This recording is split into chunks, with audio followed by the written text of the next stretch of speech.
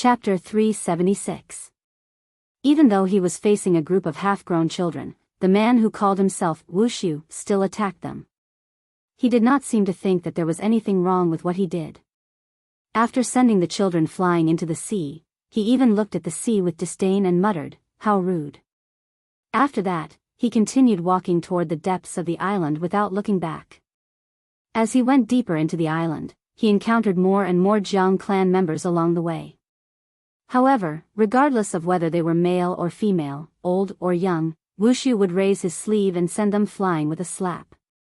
The only thing worth rejoicing about was, judging from the state of these people after they fell, Wushu did not seem to have killed them. He only knocked them out.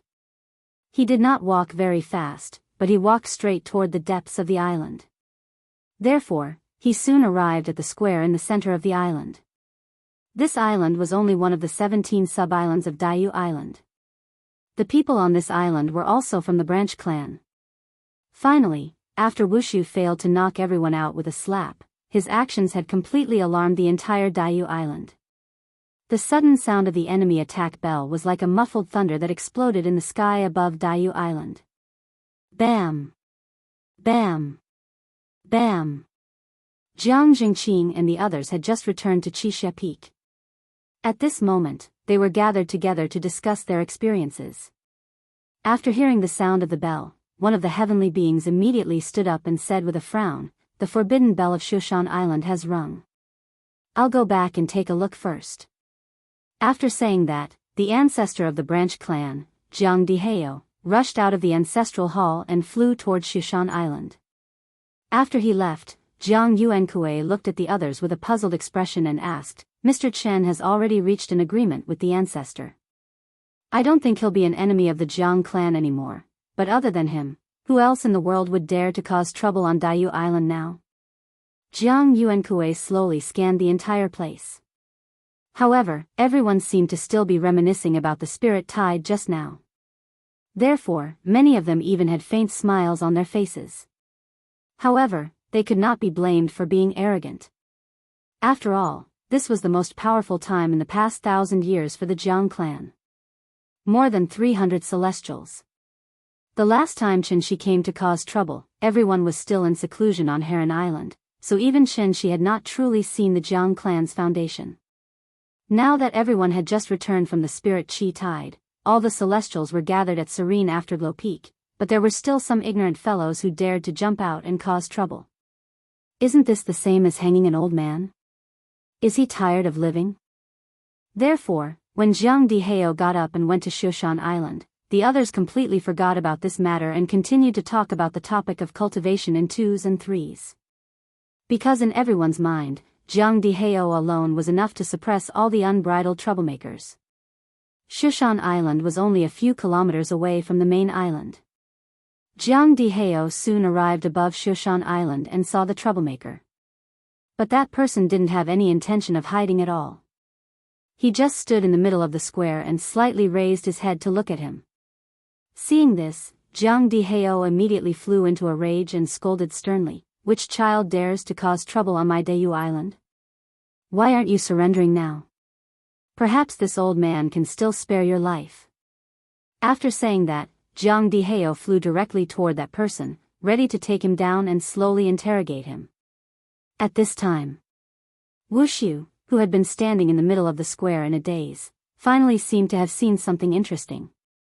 He couldn't help but mutter to himself, "I've been holding back for so long, and now I can finally move my muscles and bones." While muttering, Wushu raised his right hand. Then, a small yellow flag suddenly appeared in his hand. If one ignored the workmanship of the flag and the exquisite and complicated patterns on the flag, he really looked like a member of an elderly tour group, which was simply too low. Jiang Diheo didn't know why Wushu suddenly had a small flag in his hand, and he only thought that this young man was playing a trick. That was because he didn't know that there was actually a magic treasure in this world, called Sumeru Mustard Bag. Born like a mustard seed, there's a Sumeru, and the heart like a speck of dust, there's a big world inside. The Sumeru Mustard Bag, also known as the Interspatial Storage Bag, was a magic treasure that could only be refined by cultivators at the Dongshu stage. This magic treasure involved the profound meaning of the word void. It seemed to be only the size of a palm, but in reality, it could contain objects ranging from a few cubic meters to dozens of cubic meters. It was really a magical treasure that was necessary for traveling, killing, and arson. Chen Shi used to have one, but unfortunately, he accidentally lost it on his way back. If Chen Shi was here right now, and saw the treasure in this person's hands with her own eyes, even if he was as powerful as he would no longer underestimate his opponent. Instead, he would use 120% of his strength to fight the next battle. This was a very simple principle. One could roughly judge a person's worth from the way they traveled, and it was the same for cultivators. Only cultivators at the Dongshu stage could refine the summer mustard bag, and the materials needed were very rare. Naturally, it couldn't be something that could be found on the streets. Bai Hong didn't have it, and neither did Shui Xiang. However, this young man named Wu Shu had it. This also meant that, no matter what his cultivation was, his status in the outside world was higher than Bai Hong's. Chen Shi understood this principle, but Jiang Dihao didn't. Therefore, the moment he rushed towards Wu Shu also waved the small yellow flag in his hand. At that moment, Jiang Dihao didn't sense any fluctuation of spiritual energy, so he was even a little curious about what this young man was doing. However, the next second, the whole ground cracked open. The floor of the square collapsed and shattered, and hundreds of earth spikes suddenly protruded from the ground. From afar, it looked like a hedgehog, and all the spikes on its body were aimed at Jiang Dihao in the air. Jiang Dihao didn't have time to react at all, and these hundreds of earth spikes all shot towards him. The speed of the earth spikes was very strange. Once they shot out, they covered the sky above the square. No! After a wail, Jiang Dihao's figure completely disappeared. The earth spikes turned into dust and leisurely sprinkled down, mixed with a particularly dazzling rain of blood. After the smoke and dust dispersed, this terrifying young man held the small flag, and then laughed and said to the Jiang clansman who rang the forbidden bell, "Ring it again, remember to ring it a little louder, or else I'm afraid they won't hear it." From beginning to end, his body didn't move at all.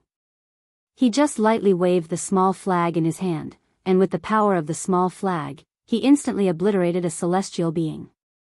It was obvious that this small flag was also a magic treasure. But it was different from Bai Hong's flowing cloud sword and Shui Xiang's blue wave silk gauze. The small flag in Wushu's hand had once appeared in the legends of Hua Xia, and it had a well-known name, namely Chapter 377. The Central Wuji Apricot Flag. If one added the Eastern Green Lotus Flag, the Southern Floating Flame Flag, the Western White Cloud Boundary Flag, and the Northern Jinwu Eagle Flag. These 5 flags formed a set of killing weapons that had once appeared in the myths and legends of Hua Xia, the Khanate 5-element flags.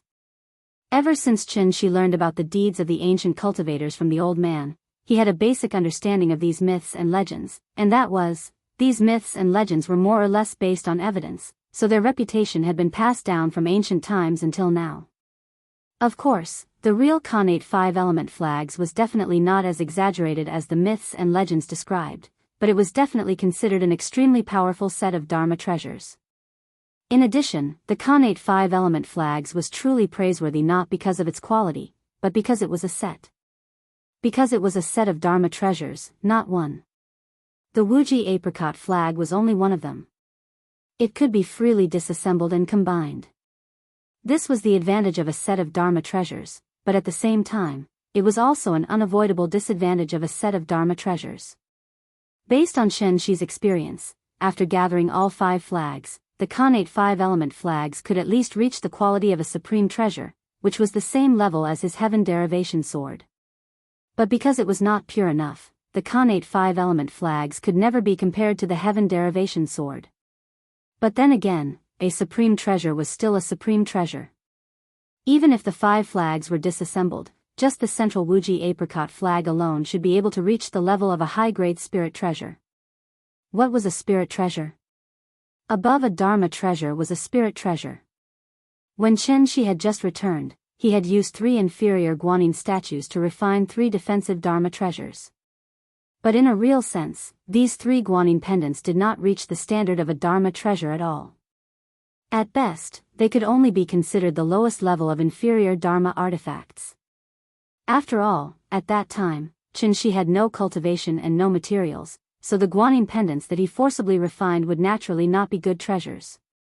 Dharma artifacts, Dharma treasures, spirit treasures, supreme treasures, and extremely rare connate supreme treasures.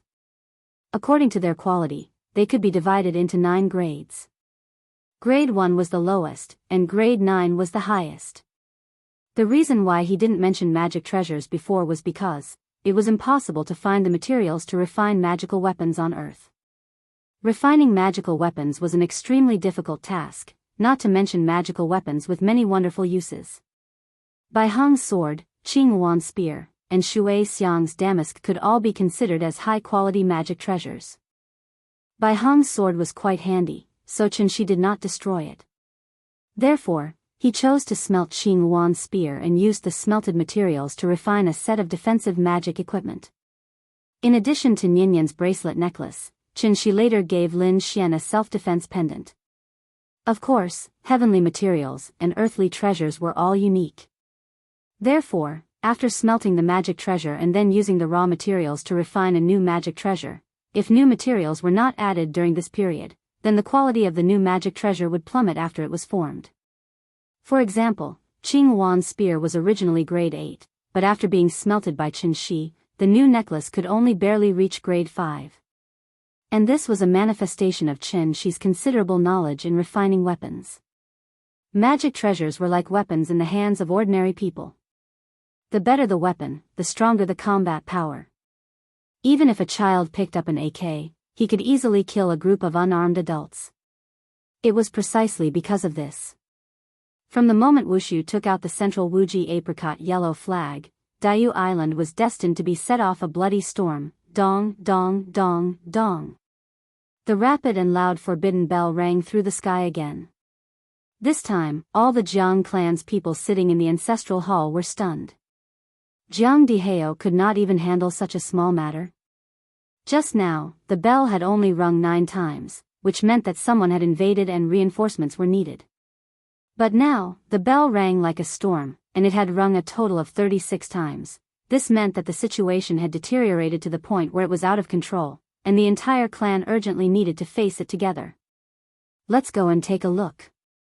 This time, before Jiang Yuankui could say anything, Jiang Jingqing could not sit still anymore. After all, no matter what, he was still a member of the Jiang clan. No matter how much a family quarreled, behind closed doors, they were still a family. Now that the Jiang clan was being trampled on, how could Jiang Jingqing sit still and do nothing? After Jiang Jingqing rushed out of the ancestral hall, the rest of the people reacted and quickly followed behind him, flying straight toward Shoshan Island. The Celestials were on patrol, hunting everywhere. Many of the Jiang clan's juniors were more or less trembling when they heard the forbidden bell ringing one after another. They were afraid that the enemy would suddenly appear in front of them. Thus, when they saw hundreds of their ancestors flying over the island, they immediately stood on the ground and cheered crazily as if they had been injected with chicken blood. This scene deeply demonstrated the meaning of the military parade. A clan or even a country would only feel excited and proud when they displayed their strength in front of the people. The dignity of Daiyu Island, it would not allow anyone to trample on it. Jiang Jingqing's speed was very fast, and he almost instantly arrived above Shoshan Island. The young man was still standing in the same place, looking up at the sky. Only Jiang Diheo was nowhere to be seen. But how sharp was Jiang Jingqing's sense of smell? When he sensed that there was still a trace of blood in the air, Jiang Jingqing was about to explode in anger. Obviously, Jiang Diheo had died in the hands of this person, so the 36 forbidden bells were rung on Shoshan Island. TSK. Arrogant brat, die. Unlike the last time when he fought with Qin Shi, Jiang Jingqing underestimated his opponent and did not even have the chance to show half of his strength before he was smashed into the ground by Qin Shi. This time, in a fit of rage, Jiang Jingqing really showed his full strength. Therefore, when he let out a furious roar, the clothes on his body suddenly puffed up without any wind. His head of black hair also swayed crazily, as if he was in the eye of the storm. Surging true core energy gathered in his palms, and Jiang Jingqing's hands suddenly became like two searchlights, exceptionally bright. Then, he slapped his palm toward the young man on the ground from afar. True 6 trigrams formula, mountain breaking all. A ray of golden energy suddenly shot out from his palm, as if it was the Buddha's palm. At this moment, Wushu, who had been standing on the ground, looked as if he had seen something new. He squinted his eyes slightly, and then waved the yellow flag in his hand. When the yellow flag was waved, the ground shook. 2 extremely thick mud pillars suddenly emerged from the ground, and then turned into 2 extremely thick arms. From bottom to top, they directly rushed toward Jiang Jingqing in the sky. Jiang Jingqing did not expect this young man's cultivation level to be so high. The mountain breaking all that he had used all his strength only shattered a corner of the mud pillars, and did not even slow down the opponent's attack.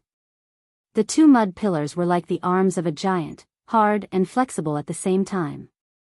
Chapter 378. It was hard to describe what it was like. It was just a pile of soil mixed with sand and stones, but it was like a living creature that could move freely and pounce on its prey.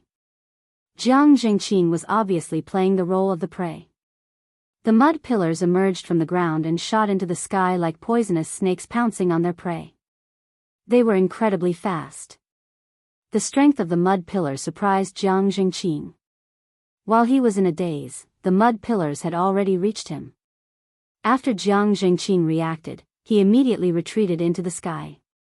But the scary thing was, the speed at which the 2 mud pillars rose was even faster than his flying speed. In a flash, the mud pillars had caught up with Jiang Jingqing. After all, this was already the second time he had been chased to the point of fleeing in such a sorry state. Jiang Jingqing could not help but feel angry when he thought of all the things that had happened to him after his breakthrough. He was a heavenly being after all. It was fine when he faced Mr. Chen's flying immortal sword. But now, he was being chased all over the sky by 2 mud pillars. Did they really think that he was a heavenly being and a paper tiger? Jiang Jingqing decided not to dodge anymore. He was ready to take the attack head-on. In an instant, Jiang Jingqing was like a god descending to earth. The golden light around him shone brightly, almost illuminating half of Shushan Island. 6 trigram calming mind, concealment of spirit and qi. The moment the protective shield appeared, 2 mud pillars, one on the left and one on the right, smashed into Jiang Jingqing's body, bang. A loud noise reverberated in the sky above Diyu Island. The surging true core dispersed in all directions due to the violent collision, causing a strong gust of wind to blow across Shushan Island. Wushu stood calmly on the ground and looked up at the situation from afar. He could not help but smile faintly. They were too weak. He did not even need to do anything. The power of the Wuji apricot yellow flag alone was enough to massacre the entire Diyu Island. Wushu thought about whether he should speed up as he turned to look at the heavenly beings of the Jiang clan. But just as he was about to wave the apricot yellow flag again, Jiang Jingqing's slightly hurried roar suddenly rang out. This kid's Dharma treasure is too powerful. Retreat, retreat, retreat. It wasn't difficult to discern that his voice clearly carried a trace of shock and terror. Obviously, he was terrified by the might of the Wuji apricot yellow flag. Jiang Jingqing had quite a bit of prestige in the clan. After hearing his incessantly trembling shout, the Jiang clan's celestials naturally did not dare to rashly advance. They could only hurriedly retreat several miles.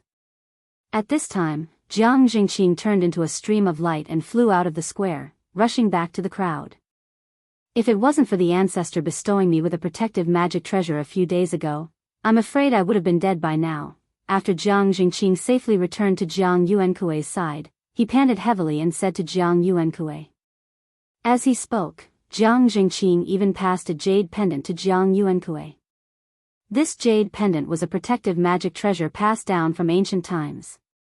If Jiang Yan hadn't been the first to break through to the celestial being realm, the old ancestor Jiang Yan wouldn't have given him this jade pendant. But now, he hadn't even warmed up the jade pendant when 4 or 5 extremely clear cracks appeared on it. Clearly, it was on the verge of breaking apart. The might of a single attack was actually so terrifying. At this time, if Jiang Yuankue still didn't understand the seriousness of the matter, then he would truly be the clan chief for nothing. Therefore, after exchanging a glance with Jiang Jingqing, Jiang Yuankue abruptly raised his right hand and shouted, "The enemy is here. Everyone, please form the Yin-Yang 6 directions formation with me." After saying that, the Jiang clan celestials immediately formed groups of 6 and surrounded Shushan Island Square in all directions. Over 300 celestials. How magnificent of a scene would that be? But Wushu acted as if he was watching a monkey show. Even though he was surrounded, there was still a faint smile on his face. When the golden light of the serene afterglow peak soared into the clouds and the heavenly stars formation was completely activated, Wushu slowly flew into the air under the gazes of the crowd. At this moment, the entire crowd was silent. Jiang Yuankue did not say anything. While everyone was waiting in formation, they were also silently examining the mysterious young man in front of them. Finally, Wushu was the first to speak, breaking the silence. "I am the Divine General of Tiandu, Wushu. Under the orders of Yuhuan Tianzuan, I have specially come to condemn you all." No one answered him. Because when they heard the two words Tiandu, all kinds of complicated expressions appeared on their faces. Wushu was not in a hurry to continue speaking. He only slowly swept his gaze over the crowd. But those who were swept by his gaze involuntarily lowered their heads, not daring to look at him. At this moment, Wushu was simply like Kangxi in disguise. When he announced his name, everyone was stunned by his identity. Tiandu. For the Jiang clan's clansmen, that was a distant place, a place that they yearned for day and night. But now, under the lead of their ancestor, they took the initiative to go against Tiandu. Wasn't this a rebellion? You are merely descendants of sinners, but the divine ancestor thought of the bitter cold of the lower realm, so he spared you all and allowed you to ascend to the upper realm. In the blink of an eye, the divine ancestor has already passed away. You all do not know how to cherish the divine ancestor's kindness. Instead, you all think of ways to destroy the foundations of the divine ancestor and prevent the divine ancestor from opening. This crime is unforgivable. When Wushu was alone, he would always talk nonsense like a crazy person. That was why their teacher always said that he would not grow up and was far from Baihong. But when he was serious, his body would erupt with a powerful aura that was enough to suffocate people. He just silently floated in the air. Every word he said was like a heavy hammer, smashing into everyone's chest. Everyone lowered their heads in silence. They were all waiting for their ancestor to speak, but for some reason, their ancestor did not do anything today. Only Jiang Jingqing, after taking a deep look at the jade pendant in his hand, he spat at Wusu angrily. Then, he scolded sternly, "Bah! Arrogant brat! After calling us sinners every time you open your mouth, dare I ask what our Jiang clan has done wrong?" Hearing this, Wushu chuckled. Just as he was about to reply, Jiang Jingqing continued, "Don't talk to me about the upper and lower realms. I have seen all the changes in the world. In the past, when Tiandu was strong, the Jiang clan could only become sinners and be trapped in this bitter cold. Didn't you all look down on the lower realm? Why are you here today? I think you know that too. Things are different now. Jinling's jade tree is famous, Qinhuai's waterside pavilion blooms early, but who knew that it would disappear so easily? I saw him build a vermilion tower, I saw him host guests, and I saw him collapse. I think you all are grasshoppers after autumn, you won't be able to jump around for long." Hearing this, the smile on Wusu's face disappeared. After coldly looking at Jiang Jingqing, Wushu raised the apricot yellow flag in his hand again. Seeing this, the Jiang clan immediately acted as if they were facing a great enemy. As long as Jiang Yuankue gave the order, they would attack at the same time.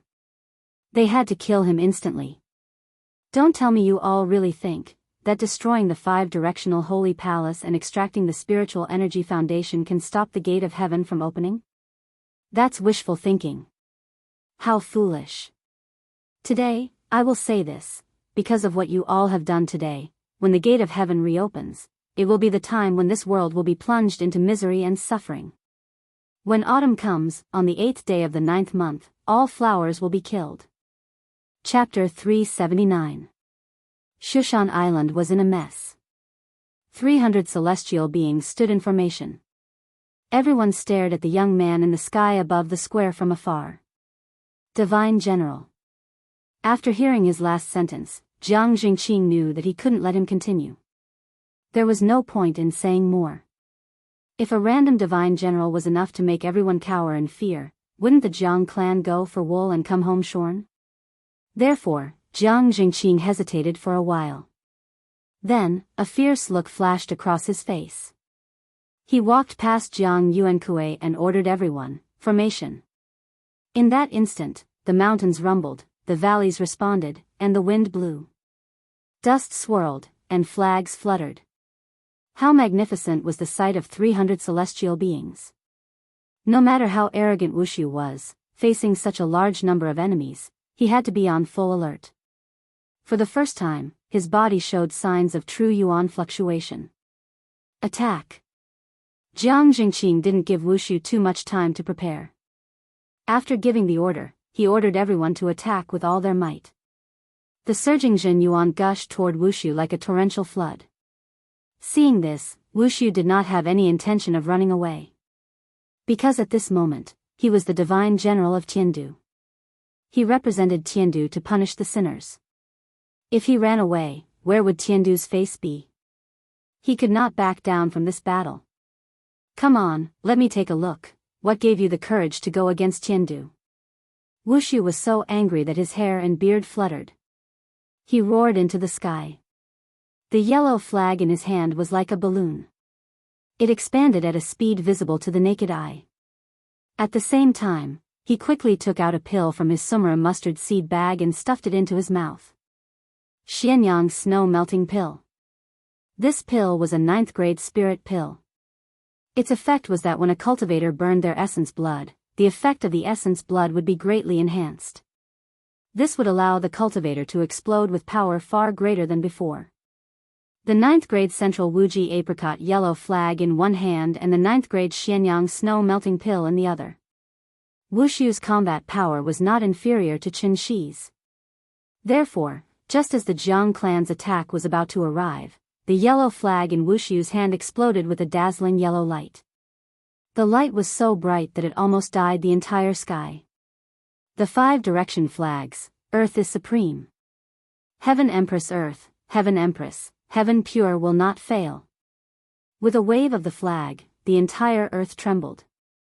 Countless mud pillars suddenly extended from the ground and turned into a huge mud wall, surrounding Wushu. The attacks of the Jiang clan celestials all landed on the earth wall. Boom! Boom! Boom! Boom!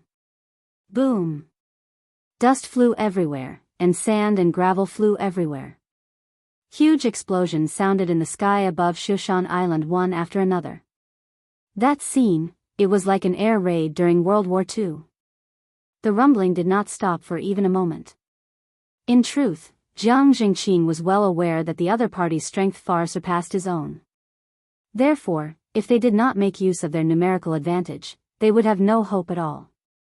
Therefore, after the first round of attacks, Jiang Jingqing didn't wait for everyone to catch their breath before he roared fiercely, "Don't stop. Beat him up. Even if we have to destroy Shushan Island today, we must bury this bastard here. Jiang family, prosper without decline." At this moment, the ancestral 6-trigram incantation of the Jiang clan could be considered to have completely bloomed. They were the origin of the necromancers and also the masters of the Tao of sorcery. Therefore, all kinds of 5 elemental sorcery were like a storm, smashing towards the center of the square.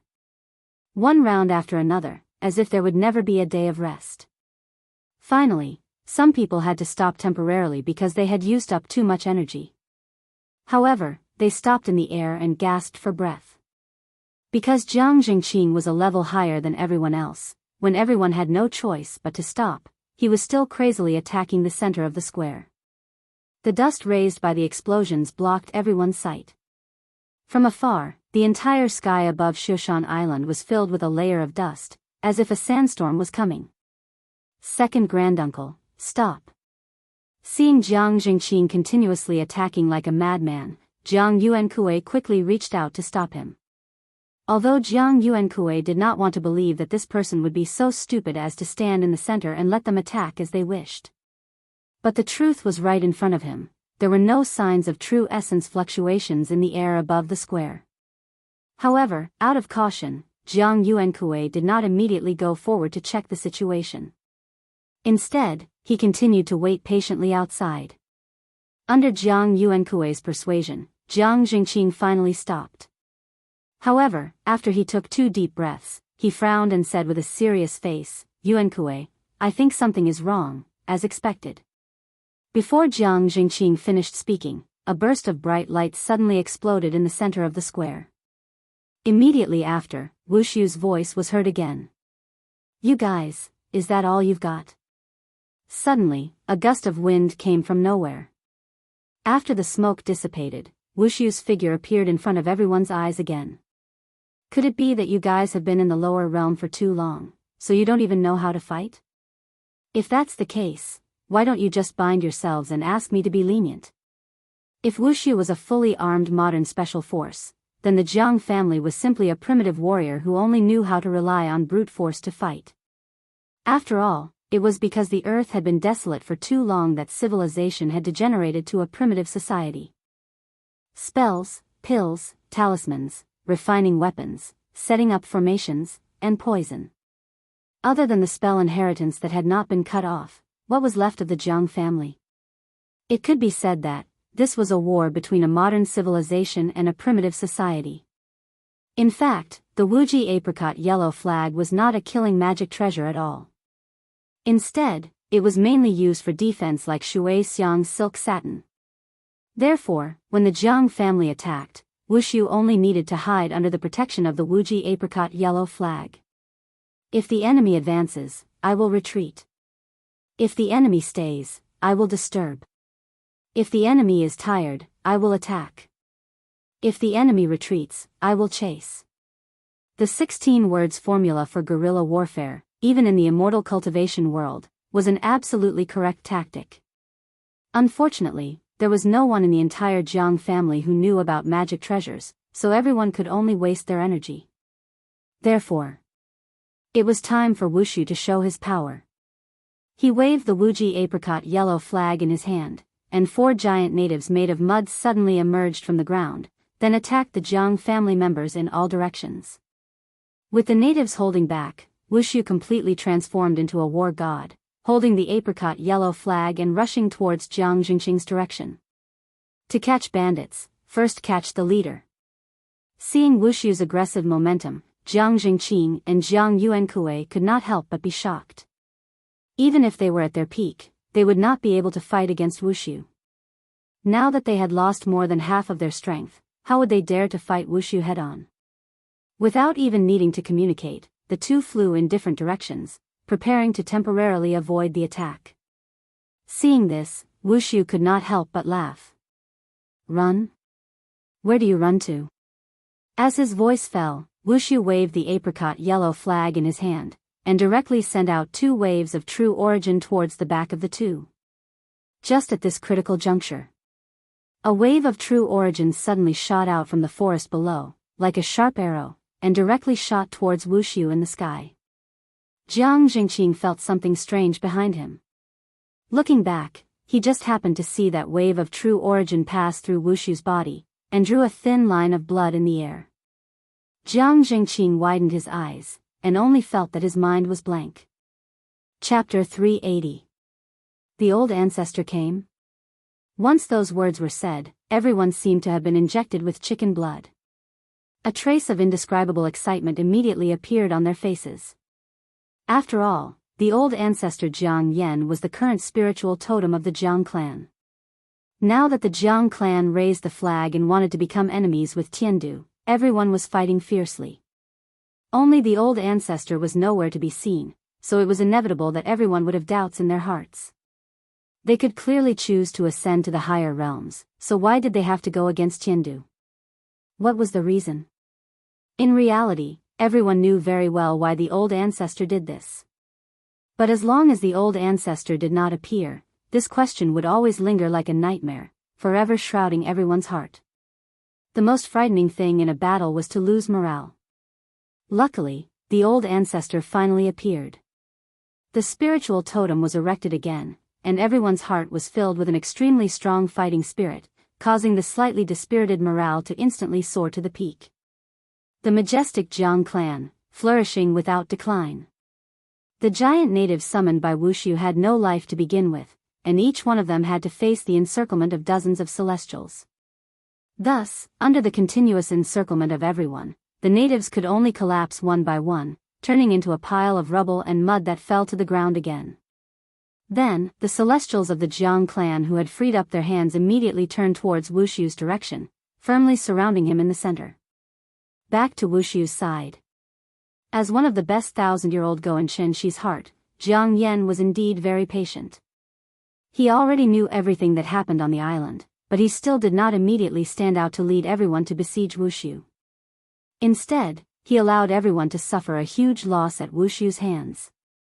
He was Go, and also waiting. Just waiting for the moment Wushu let down his guard, and then launching a fatal attack.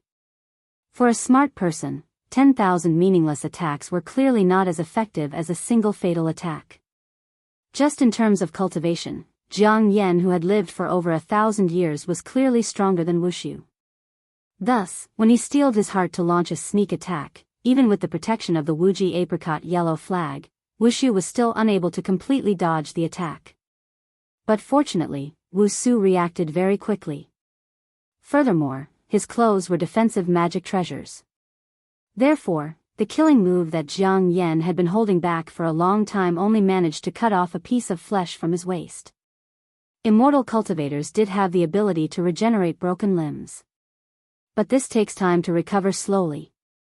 It is impossible to be like Wolverine and Deadpool, whose bodies were clearly chopped into minced meat, but it didn't take long for them to return to their original appearance. That was unscientific. For immortal cultivators, the body was merely a vessel, while the soul was the absolute core. However, once they lost the protection of the vessel, their divine soul would gradually weaken until it completely disappeared from the world. Therefore, for high-level immortal cultivators, the physical body was also an extremely important part of them. It was absolutely impossible for them to abandon it easily. This was the first time Wushu had suffered such a serious injury. Wushu lowered his head and looked at the wound on his waist. His face was as cold as a poker card. He silently took out a healing pill from his summer mustard seed bag and swallowed it. Then, he turned his gaze to the forest below. Subsequently, a figure slowly flew into the air under Wushu's gaze. Jiang Yuankue took a closer look. After seeing the person's appearance, he couldn't help but exclaim, "Fengyan? Why are you here?" Because of the previous act of snatching the Adumbra flower, Jiang Fengyan had been punished by the old ancestor to meditate in the dry pool, so Jiang Yuankue didn't expect to see his son here. However, Jiang Jingqing immediately figured out the reason, so he immediately cupped his hands and saluted. Jingqing greets the old ancestor. After hearing this, Jiang Yuankue was stunned on the spot. At this time, he finally reacted, "Jiang Yan, Jiang Fengyan." It was only a difference of one word, but their identities were worlds apart. Jiang Fengyan was a direct descendant of the Jiang family, so the only similarity between the two was probably the blood flowing in their bodies. Bloodline possession. It must be a bloodline possession. The old ancestor forcibly took away Jiang Fengyan's body and erased his divine soul at the same time. Yuankue, the Jiang family has reached a critical moment of life and death. This old man has to do this. If I don't do this, not only Fengyan, but even you and the tens of thousands of Jiang family members on Daiyu Island will die in the hands of this person. I hope you can figure this out and don't hold a grudge because of this. Jiang Fengyan flew to the side of the two, then said this to Jiang Yuankue through voice transmission. After hearing this, Jiang Yuankue looked up to the sky and screamed in extreme pain. Then, as if he had gone mad, he turned around and flew in the direction of Qixia Peak. Yuankue? Seeing this, Jiang Jingqing stepped forward to stop Jiang Yuankue. However, before he could turn around, Jiang Fengyan directly called out to him. "Jingqing, the enemy is right in front of us, don't be distracted. After this matter, I will explain to him. I only hope that Yuan Kuei can understand my painstaking efforts. Since the old ancestor had said so, Jiang Jingqi naturally couldn't say anything more, so he could only nod and respond, yes.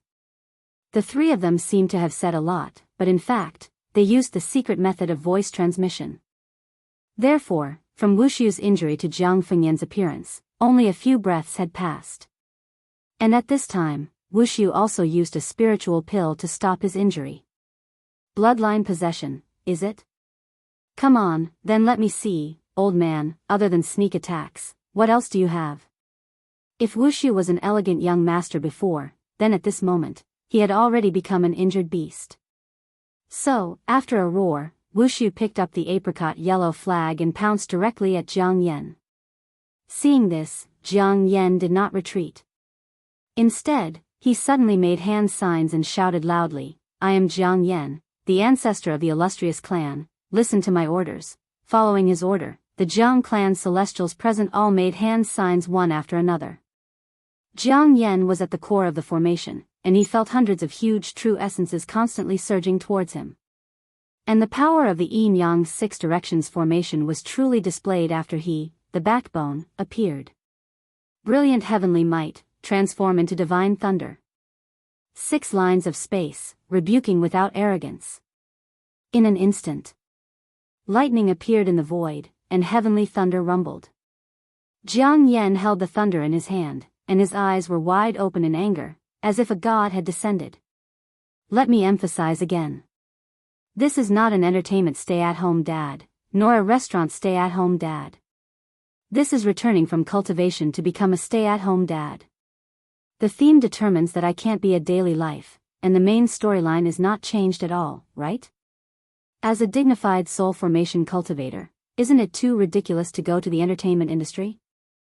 I have my own main storyline, my own plot arrangement, but when it was published, because I was too concerned about the reader's comments, I lost myself. Before, I even mistakenly thought that cultivation and stay-at-home dad were conflicting. Until now, only then did I realize what was going on. I am not money, I can't make everyone like me. I can only do my best to write the story I want to write. If you think it is good, please recommend it to your friends after reading it. If you think it is not good, then please put it aside and find another book you like to read. I only hope that we can meet again in the future. Because this is only my first book, and definitely not my last. I have always been working hard to improve myself, hoping that I can write better in the future so that you will be satisfied. Sincerely. In addition, the part about Nian will not be lost, and will instead be written better, because when I think of the later plot, I feel that I have found the surging passion I had when I first opened the book. Since I am a cultivation stay-at-home dad, then I will bring out the characteristics of a cultivation stay-at-home dad. Don't mention the word stay-at-home dad, everyone will think of the same thing. Chapter 381. Yin and Yang, 5 elements, 6 lines, 8 trigrams. The 5 elements reinforced and restrained each other. The 5 elements did not simply refer to the 5 elements of metal, wood, water, fire, and earth. It referred to a cultivator's basic understanding of the laws of heaven and earth. Only by understanding the 5 elements, yin and yang, could one officially step into the door of immortality. Among the 5 elements, thunder represented the Zhen trigram, which was wood. Even a blind man could see that Wushu's cultivation method was based on earth. Therefore, Jiang Yan did not even need to think too much, and directly took out the Jiang clan's trump card, 9 Heavens Thunder Technique. At that moment, Jiang Yan, who held the thunder in his hand, was so powerful that it almost completely suppressed Wushu's limelight. Seeing this, Wushu's face suddenly revealed a trace of a sinister smile. Without hesitation, he took out another magic treasure from his Summer mustard seed bag, White Bone Soul Summoning Banner. Then, with the flag in his right hand and the banner in his left hand, he continued to rush in the direction of Jiang Yan. It had to be mentioned here, there was actually a difference between a banner and a flag. A flag was hung horizontally like a national flag, while a banner was hung vertically. Horizontal as a flag, vertical as a banner. There seemed to be no difference between the two, but in reality, there was a big difference. That was because the flag was yang, and the banner was Een. Therefore, the moment Wushu took out the white-boned soul-summoning banner, a black gas suddenly surged out from his body, as if thousands of vengeful spirits were flowing within. With one hand, the apricot yellow flag was mighty and righteous. With the other, the white-boned soul-summoning banner was awe-inspiring. Since Jiang Yen wanted to use the 5 elements to restrain him, then he might as well combine Yin and Yang, and directly surpass the 5 elements. Under the contrast of one good and one evil, one Yin and one Yang, Wushu was like a combination of gods and demons, brazenly facing the 9 heavens' thunder in Jiang Yan's hands. A battle between Yuanying and Yang. Thunder against Yin and Yang Earth. This battle was so exciting that it could be said to be a once-in-a-lifetime event. However, just as Shushan Island was collapsing and the sky was darkening, Jiang Jingqing's figure quietly appeared on Qixia Peak. As the Jiang clan's only celestial being, he did not follow the old ancestor to face the great enemy together. Instead, he came here to find Jiang Yuankui. As soon as he stepped into the ancestral hall, he saw Jiang Yuankui kneeling in front of the Jiang clan's ancestral tablets with a stupefied expression. It was unknown what he was thinking. Seeing this, Jiang Jingqing couldn't help but fly into a rage. He directly grabbed Jiang Yuankui's collar and lifted him up from the ground. The Jiang clan is currently facing a great calamity. For this reason, the old ancestor did not hesitate to save up for 1,000 years. He possessed Feng Yan just to mediate with that thief for a moment. But you, as the patriarch, are unable to recover from this setback.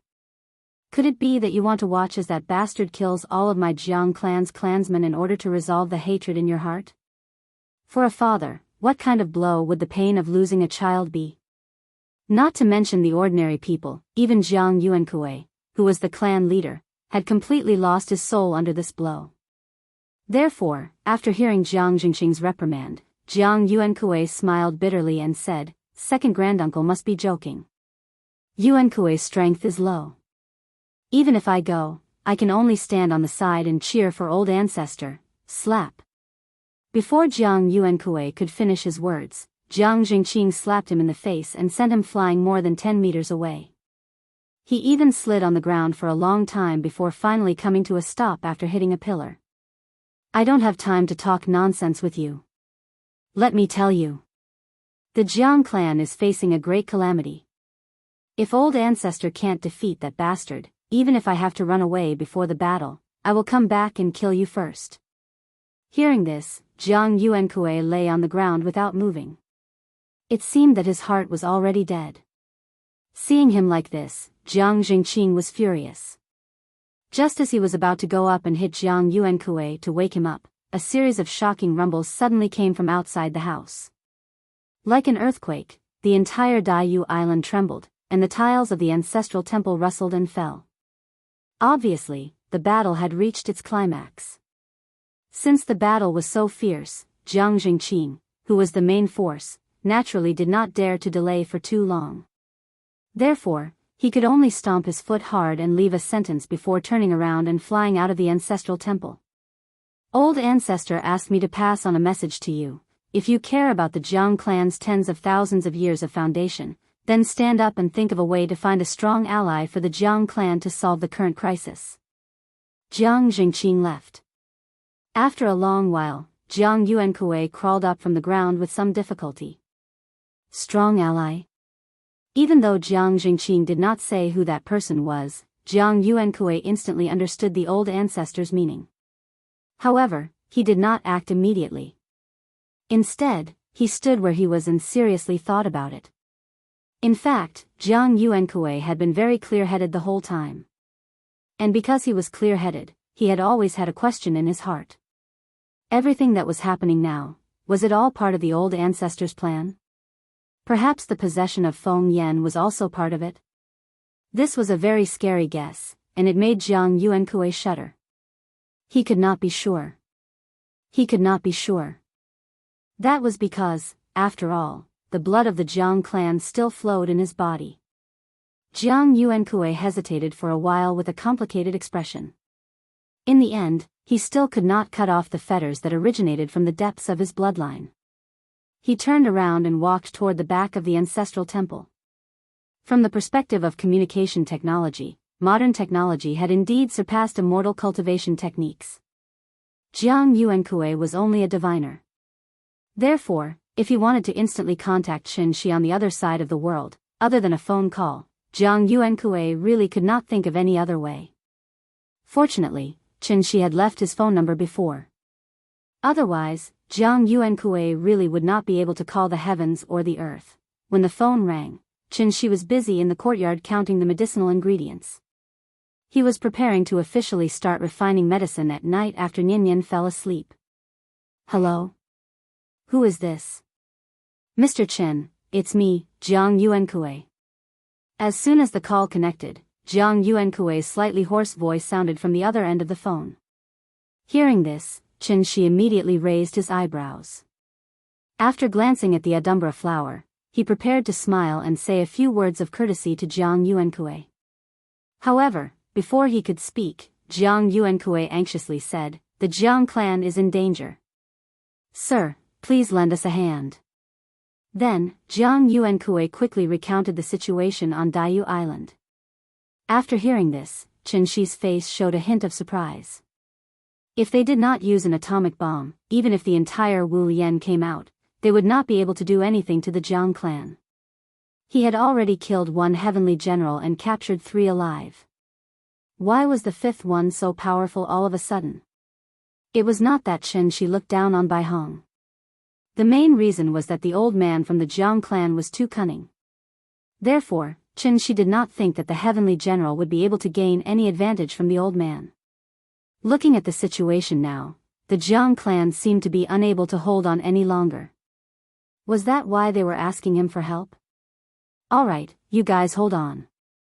I'll be there soon. In any case, he had taken something good from them. Naturally, Qin Shi could not leave them in the lurch. Therefore, he agreed to Jiang Yuankui's request. He wanted to take this opportunity to see for himself. Chapter 382. After explaining the situation to Qin Ruoying, Qin Shi set off for Daiyu Island. As soon as he got close to the waters around Daiyu Island, the sky suddenly darkened. Thunder and lightning intertwined, and torrential rain poured down. Thick fog rolled and rose from the surface of the sea, and the sea looked as if a tsunami was approaching. The waves surged over one after another, as if thousands of soldiers and horses were screaming, charging, and fighting. From time to time, waves soared into the sky, creating splashes of water that were more than 10 feet high.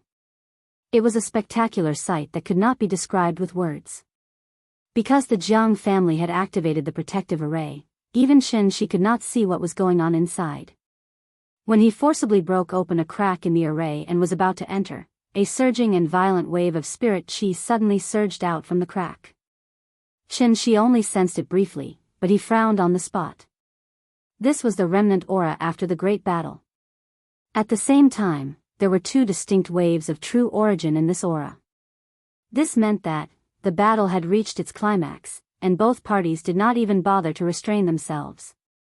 That was why so much spirit qi had leaked out. Qin Shi could only hope that the old man could hold on for a while longer. After all, he was not here to collect the Jiang family's corpse. Thinking of this, Qin Shi couldn't help but speed up his movements. With a flash, his entire person directly entered the grand formation. As soon as he entered the array, he saw a field of wildfire, thick smoke, and dilapidated walls. Daiyu Island. Where was the beautiful and spectacular sight that Qin Shi had seen when he first came here? Shushan Island, which was located at the westernmost tip of Daiyu Island, had half a mountain cut off. Many Jiang family members who were lucky enough to survive could only hold on to broken logs and cry in the sea. The island was shattered, and the mountain was flattened. The wildfire lit up the forest, and thick smoke filled the sky. The 17 islands of Daiyu Island, there were only 1 or 2 that had not been affected by the great battle. It could be said that heaven and earth had lost their color, and all living things were crying out in grief. It was a scene of misery and suffering. Rumble. Rumble. The battle was not over yet. Every time Wushu and Jiang Yan clashed, the shockwaves produced by the collision of their Jin Yuan would instantly destroy everything around them. Thunder continued to rumble, and the earth trembled violently. This scene was very similar to the carpet bombing tactics of World War II. Thus, compared to the Jiang clan's people in the sky, the Jiang clan's people with shallow cultivations below were the ones who were truly living in fear. They would never know when the next wave of attacks would befall them. They watched as their loved ones fell one after another in the aftermath of the great battle, or were directly smashed into meat paste by the dissipating true essence.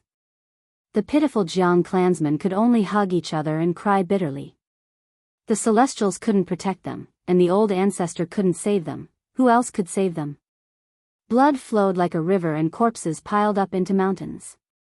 Tens of thousands of people were in grief, their wails shaking the heavens. Looking at the tragic scenes in front of him, Qin Shi, who was used to living in a civilized society, felt a little uncomfortable for a moment. Although he had only returned for a little over a year, he felt that he had been away from that cruel world for far too long. Until this moment, he finally found the feeling he had back then. The battle between Yuanying was indeed more terrifying than he had imagined. Both of them were experts. Experts naturally didn't need to be compassionate, nor did they need to be overcautious. However, looking at the grief-stricken mortals below, combined with what he had seen and heard during this period of time, Qin Shi couldn't help but have a question in his mind. Strength and weakness were relative. Compared to humans, ants were extremely insignificant. But compared to immortal cultivators, what was the difference between an ordinary person and an ant? At this moment, Qin Shi suddenly had an epiphany and completely forgot where he was. He actually fell into deep thought just like that. Strength was divided into strong and weak. All living things were equal. Even if they were as insignificant as ants, as a life between heaven and earth, they should receive the least amount of respect. In front of humans, ants were insignificant. But in front of planets like Tianxian or Earth, weren't humans also insignificant and insignificant? Any wave of tides was enough to affect all life on this planet. The dinosaurs were extinct. The ancient immortal cultivators were lucky enough to escape. In front of heaven and earth, all living things were equal.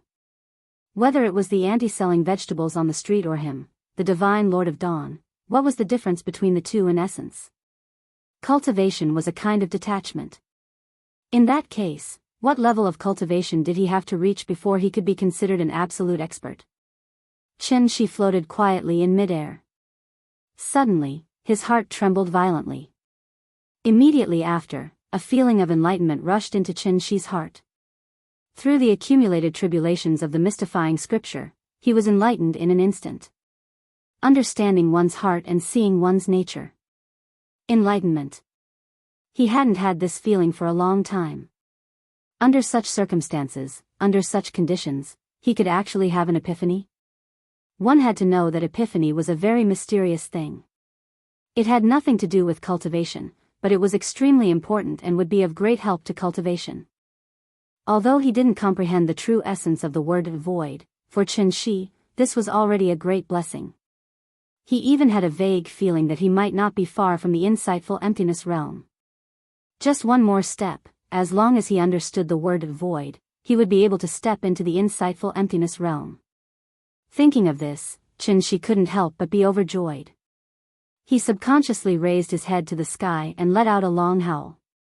His voice was full of joy. But this joy was obviously somewhat out of place with the atmosphere on Daiyu Island. Wuxiu and Jiang Yan's 5 senses were very sharp.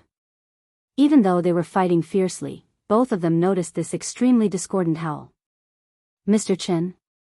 When Jiang Yan saw the figure in the distance clearly, he couldn't help but exclaim in surprise.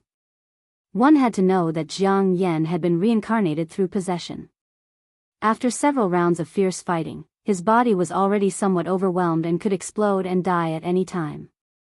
When that time came, who in this huge Jiang clan would be able to stop Wuxiu for a moment?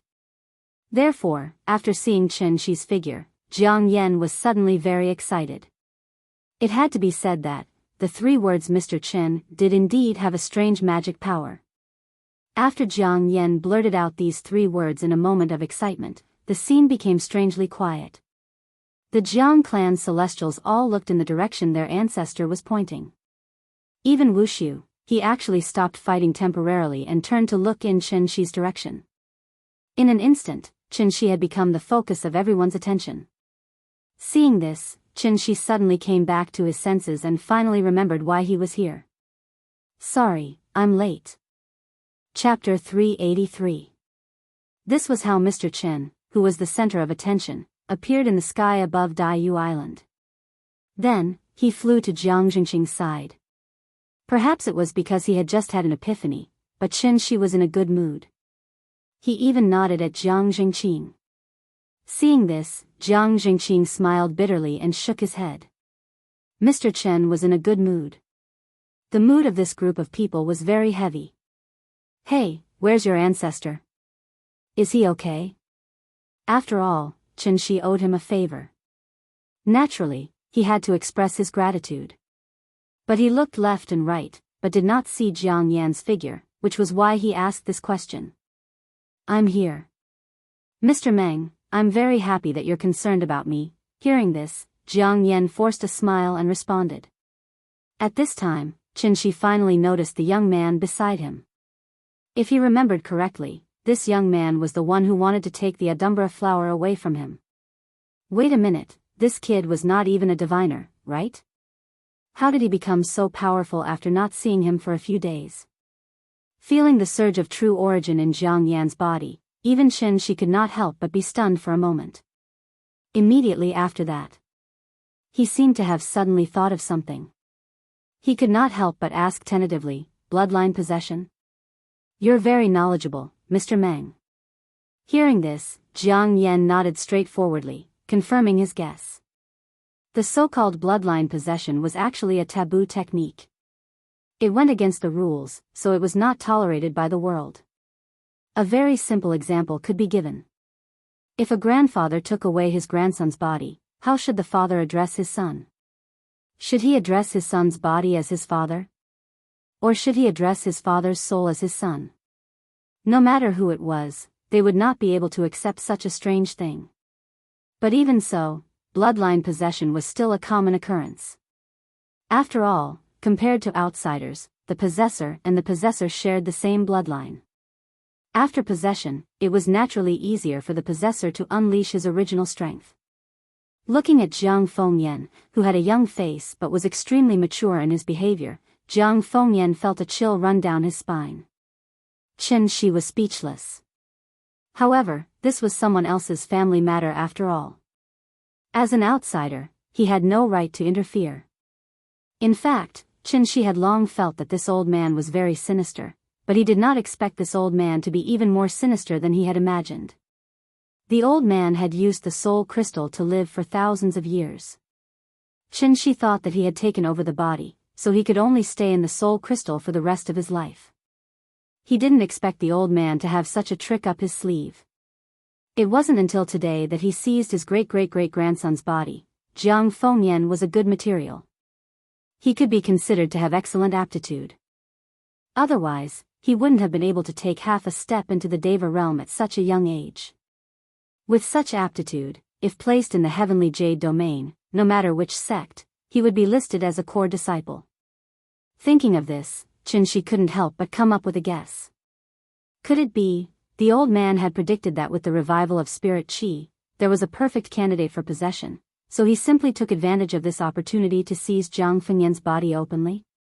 He trapped himself in the soul crystal and tortured himself for thousands of years, just to welcome the glory of tomorrow?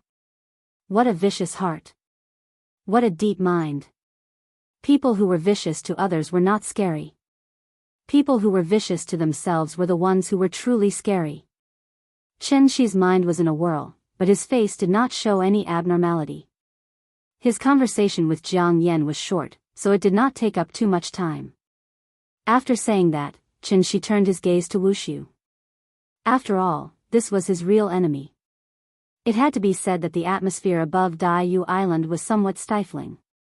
Wushu was still holding 2 flags in his hands, flying alone not far away from the Jiang family.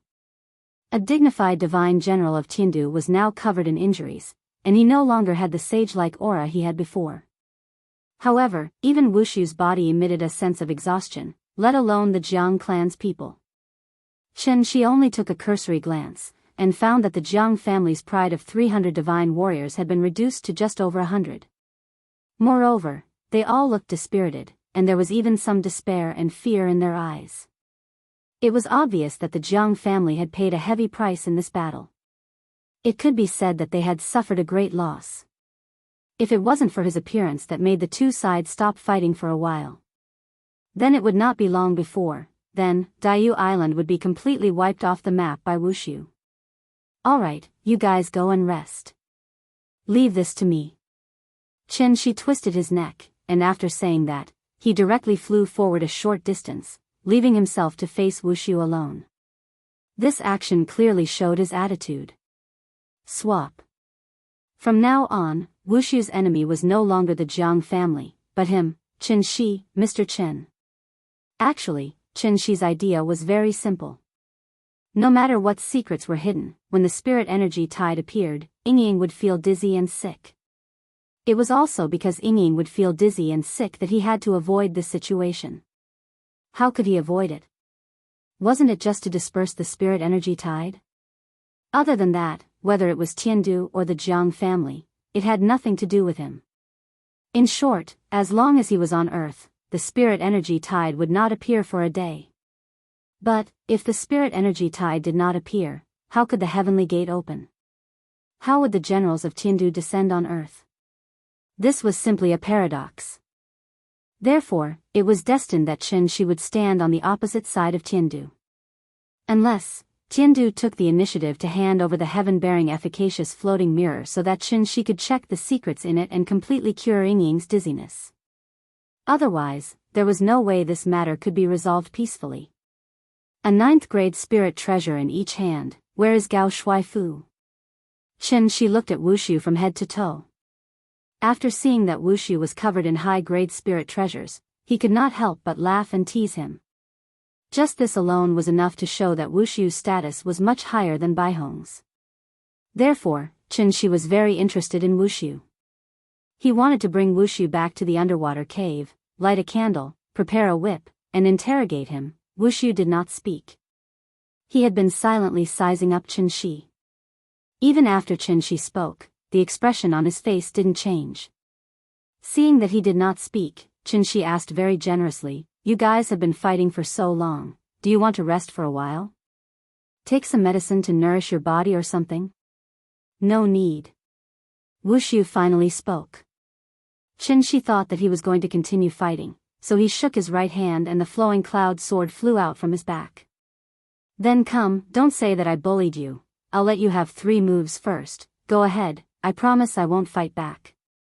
After saying that, Chen Shi held the long sword in his hand and made an inviting gesture. Hearing that, Wushu still did not attack. Without seeing him do anything, the Wuji apricot yellow flag and the white boned soul beckoning banner in his hands suddenly disappeared, which made Chen Shi envious. Sumera mustard seed bag? Tall, rich, and handsome indeed. Chen Shi thought that Wushu was going to change his spirit treasures. But after a while, he only saw Wushu rubbing his face with his hand and then showing a dispirited expression. "I'm not fighting anymore, I'm already giving Yu Huan Tianzun enough face, I'm tired, let's call it a day, Mr. Chen, right? My name is Wushu. We'll meet again someday, see you next time. Until then." Wushu finally returned to his previous sloppy self. In fact, he did not even think about fighting with Chen Shi. Because he knew very well what he was capable of. Even if Wushu was in his best condition, he did not want to fight with Chen Shi, let alone now. The reason why he stayed here was mainly because he wanted to see Chen Shi. Now that he had seen him, he knew his name. It was time for him to leave. There was bound to be a day when they would meet again. As soon as he finished speaking, Wushu was like a pile of quicksand. He turned into thousands of grains of sand and slowly drifted away with the wind.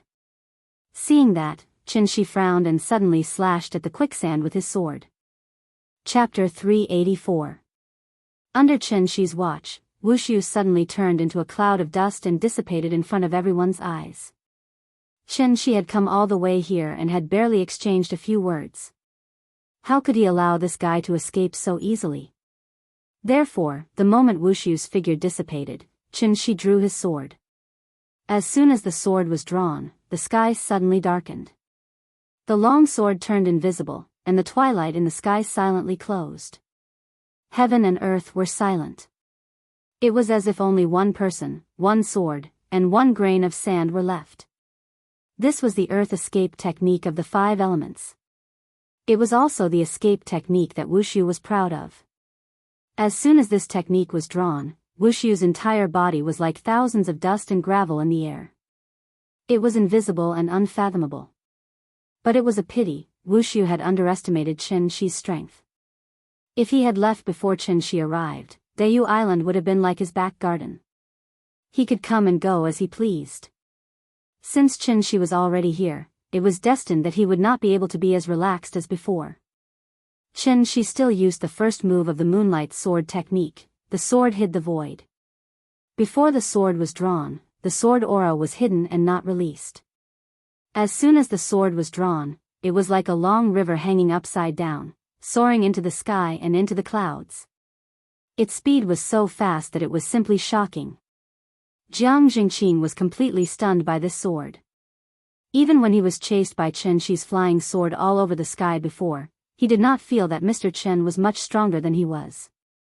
Until he saw this sword, Jiang Jingqing finally understood the gap between himself and Mr. Chen. It was like the gap between heaven and earth. The move was still the same move. However, in the past year or so, Chen Shi's condition had improved qualitatively. The demeanor of a divine lord was completely displayed at this moment. After Chen Shi slashed out with her sword, the sword light suddenly transformed into thousands of identical sword shadows as it flew through the air. These sword shadows didn't look very real, as if they didn't really exist in this world, so people mistakenly thought that. These sword shadows were only the refraction of light, which was why they formed the illusion of one real sword and 10,000 fake swords. It looked like a kaleidoscope. Of all the people present, only Jiang Yan knew what was good for him. Marvelous, truly marvelous, Jiang Yan let out a heartfelt sigh. At this time, the sword gleam and the thousands of sword shadows had already arrived at Wushu's previous location. One grain of sand, one world, one leaf, one Bodhi. Since Wushu was trying to split himself into thousands of clones and escape from Chen Shi's sight using the Earth Escape technique, Chen Shi decided to use the Earth Escape technique. In that case, Chen Shi could only unleash 10,000 swords simultaneously, using the real sword to lock onto Wushu's chi dynamic, and the virtual sword to sweep through all things. Not a single grain of sand was spared. Bang! There was a silent and violent explosion. It was as if a piece of the sky had been forcefully ripped out, leaving a strange vacuum zone in the sky above Dayu Island. In this vacuum, there was no air, no dust, and even the sunlight seemed to be frozen. And this was clearly the real, a sword concealing the void. Crack! Suddenly, the sky cracked open like a broken mirror. The light in that position began to distort, and a figure appeared out of thin air in the originally empty sky. First, it was a pair of legs, then thighs, waist, chest, neck, and finally, head. Wushu's figure slowly appeared. You? Wushu stared at his own body with wide eyes, and his face suddenly revealed an expression as if he had seen a ghost. To put it bluntly, this was the ultimate life-saving technique that he relied on to survive.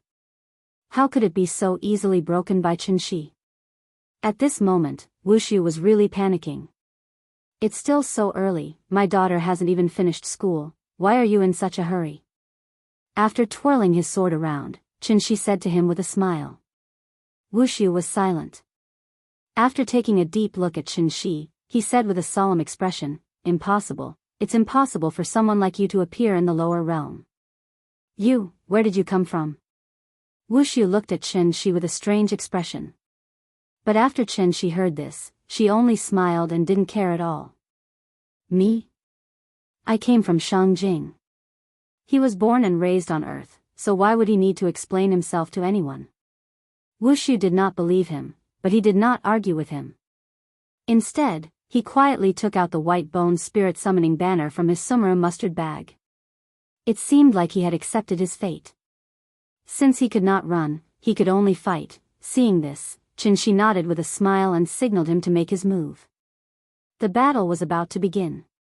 The members of the Jiang family held their breaths and looked at them nervously.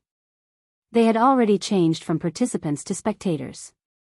However, just when everyone thought that Wushu was going to start fighting, Wushu suddenly did something that shocked everyone. After he took out the white bone spirit summoning banner, he slapped himself hard on the chest, causing himself to spit out a mouthful of blood. The blood stained the banner, making the patterns on the banner even more eerie. Blood sacrifice? After seeing Wushu use his blood to dye the white bone spirit summoning banner red, even she could not help but stop smiling. His expression became more serious because of this. After all, the blood that Wushu spat out was not simple. That was his blood essence.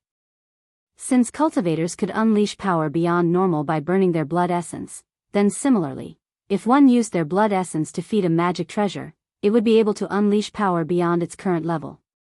Therefore, when Wushu's blood essence splashed onto the banner, a terrifying murderous aura exploded from the white bone spirit summoning banner. In an instant, the Wushu flag was like a drop of ink in water.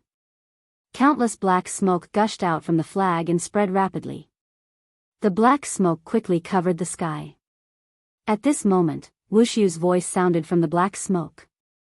"You're giving me 3 moves, right? If that's the case, I won't be polite with you. Wushu is here, please enlighten me, mister." Following Wushu's roar, a surge of true essence surged out of the black smoke. Due to his previous promise, Qin could only use his sword to protect himself. His body lit up with a golden light, wanting to use it to block Wushu's attack. However, the violent impact that Qin imagined did not come. In his perception, the true essence in Wushu's body was like air in a balloon. Because it was so large, even the balloon burst. Then, the true origin energy surged out in all directions in a ring shape. Qin was stunned. Because he did not understand what Wushu's move was. Could it be that he was here to perform a fairy scattering flower? Qin was puzzled. Suddenly, he shuddered, and then suddenly came back to his senses. No. This guy is trying to escape. This time, it was really Qin's turn to be nervous. Not to mention anything else, if he really let Wushu escape from under his nose, he would lose a lot of face. Thinking of this, Qin immediately waved the sword in his hand. The sword light immediately shot out like the rising sun. Thousands of golden clusters of light instantly dispersed the black smoke and illuminated the entire sky. Unfortunately, Qin's reaction was still a beat slower. After the feint, Wushu had long disappeared from his sight. Chapter 385. Of the 36 stratagems, escape was the best stratagem. Wushu slipped away quietly in front of Qin's eyes. Looking in the direction Wushu disappeared in, Qin finally came back to his senses after a long while. He burned his blood essence and then put on such a grand display. In the end, it was all to escape. This was a little awkward. Qin turned around and glanced at the Jiang family, only to find that everyone was looking at him expressionlessly. I'm sorry, we let him escape. It was a mistake. Since he had already escaped, it was impossible for Qin to catch up no matter how much he wanted to. At this point, Qin could only sheath his long sword with an awkward expression and sincerely apologize to the Jiang family. Although he did not do anything wrong. Looking at the defeated soldiers in front of him and the wildfire raging on Daiyu Island below, Qin still felt a little apologetic. After all, Wushu's trip had greatly damaged Daiyu Island's vitality. Although he had arrived in time to save the Jiang family, as long as Wushu successfully escaped, it meant that this was actually a meaningless and crushing defeat. They had lost more than 100 heavenly beings, but in the end, they only managed to get the other party to escape unscathed. No matter who it was, they would not be able to accept this result. Therefore, after confirming that Divine General Wushu had successfully escaped, the Jiang family had a complicated expression on their faces. They did not dare to blame Qin. After all, Qin had just saved their lives. But at the same time, they could not help but curse in their hearts. If Mr. Chen had not been so arrogant just now, Wushu's head would probably have been placed in front of the ancestral tablets by now. Because of this thought, the Jiang family could not help but feel a little dejected. They even felt disheartened.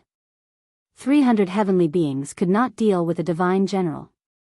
When this person recovered from his injuries and returned to Daiyu Island for revenge, how were the remaining 100 or so people supposed to stop him?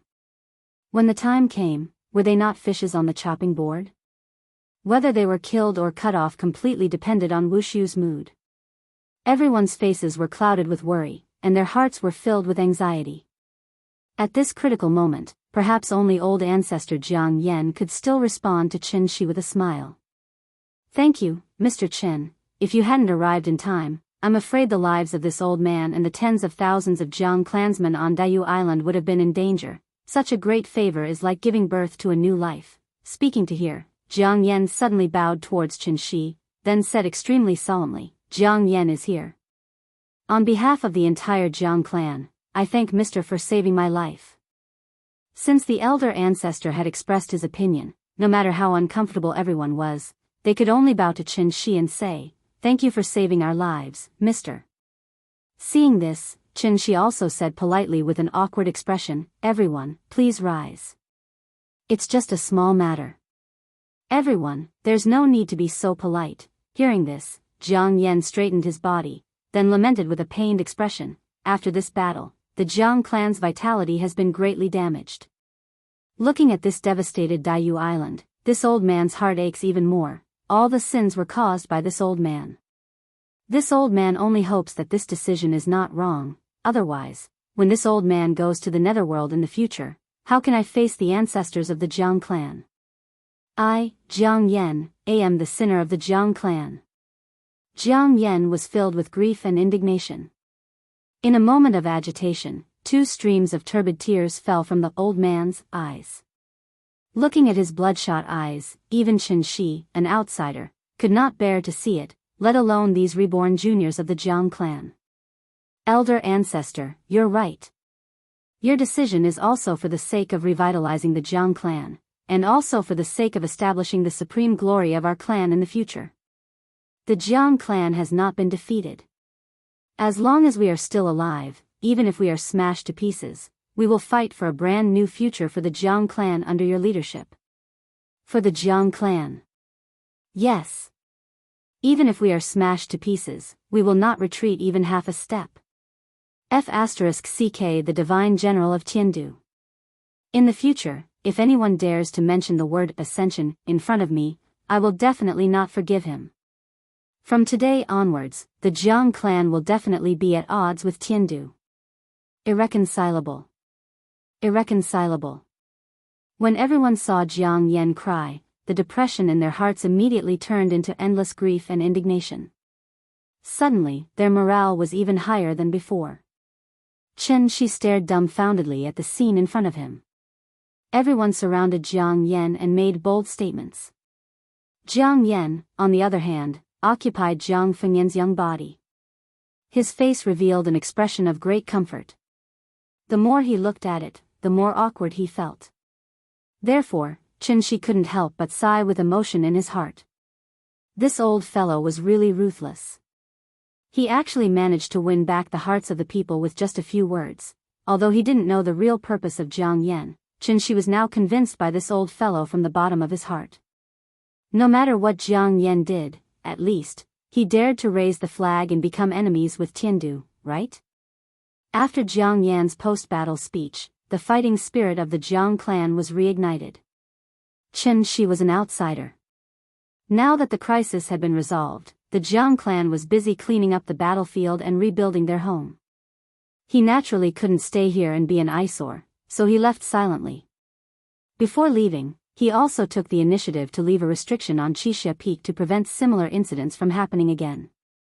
In fact, Qin Shi also felt a little regretful in his heart. After all, there was an old saying, if you cut the grass without removing the roots, it will grow again when the spring breeze blows. Today, he couldn't stop Wushu. Who knew what would happen in the future? In fact, with Wushu's shiny equipment, Chen-shi absolutely didn't believe that he didn't have any life-saving skills. Did he really think that Wushu was a wild chicken on the roadside that could be killed at will?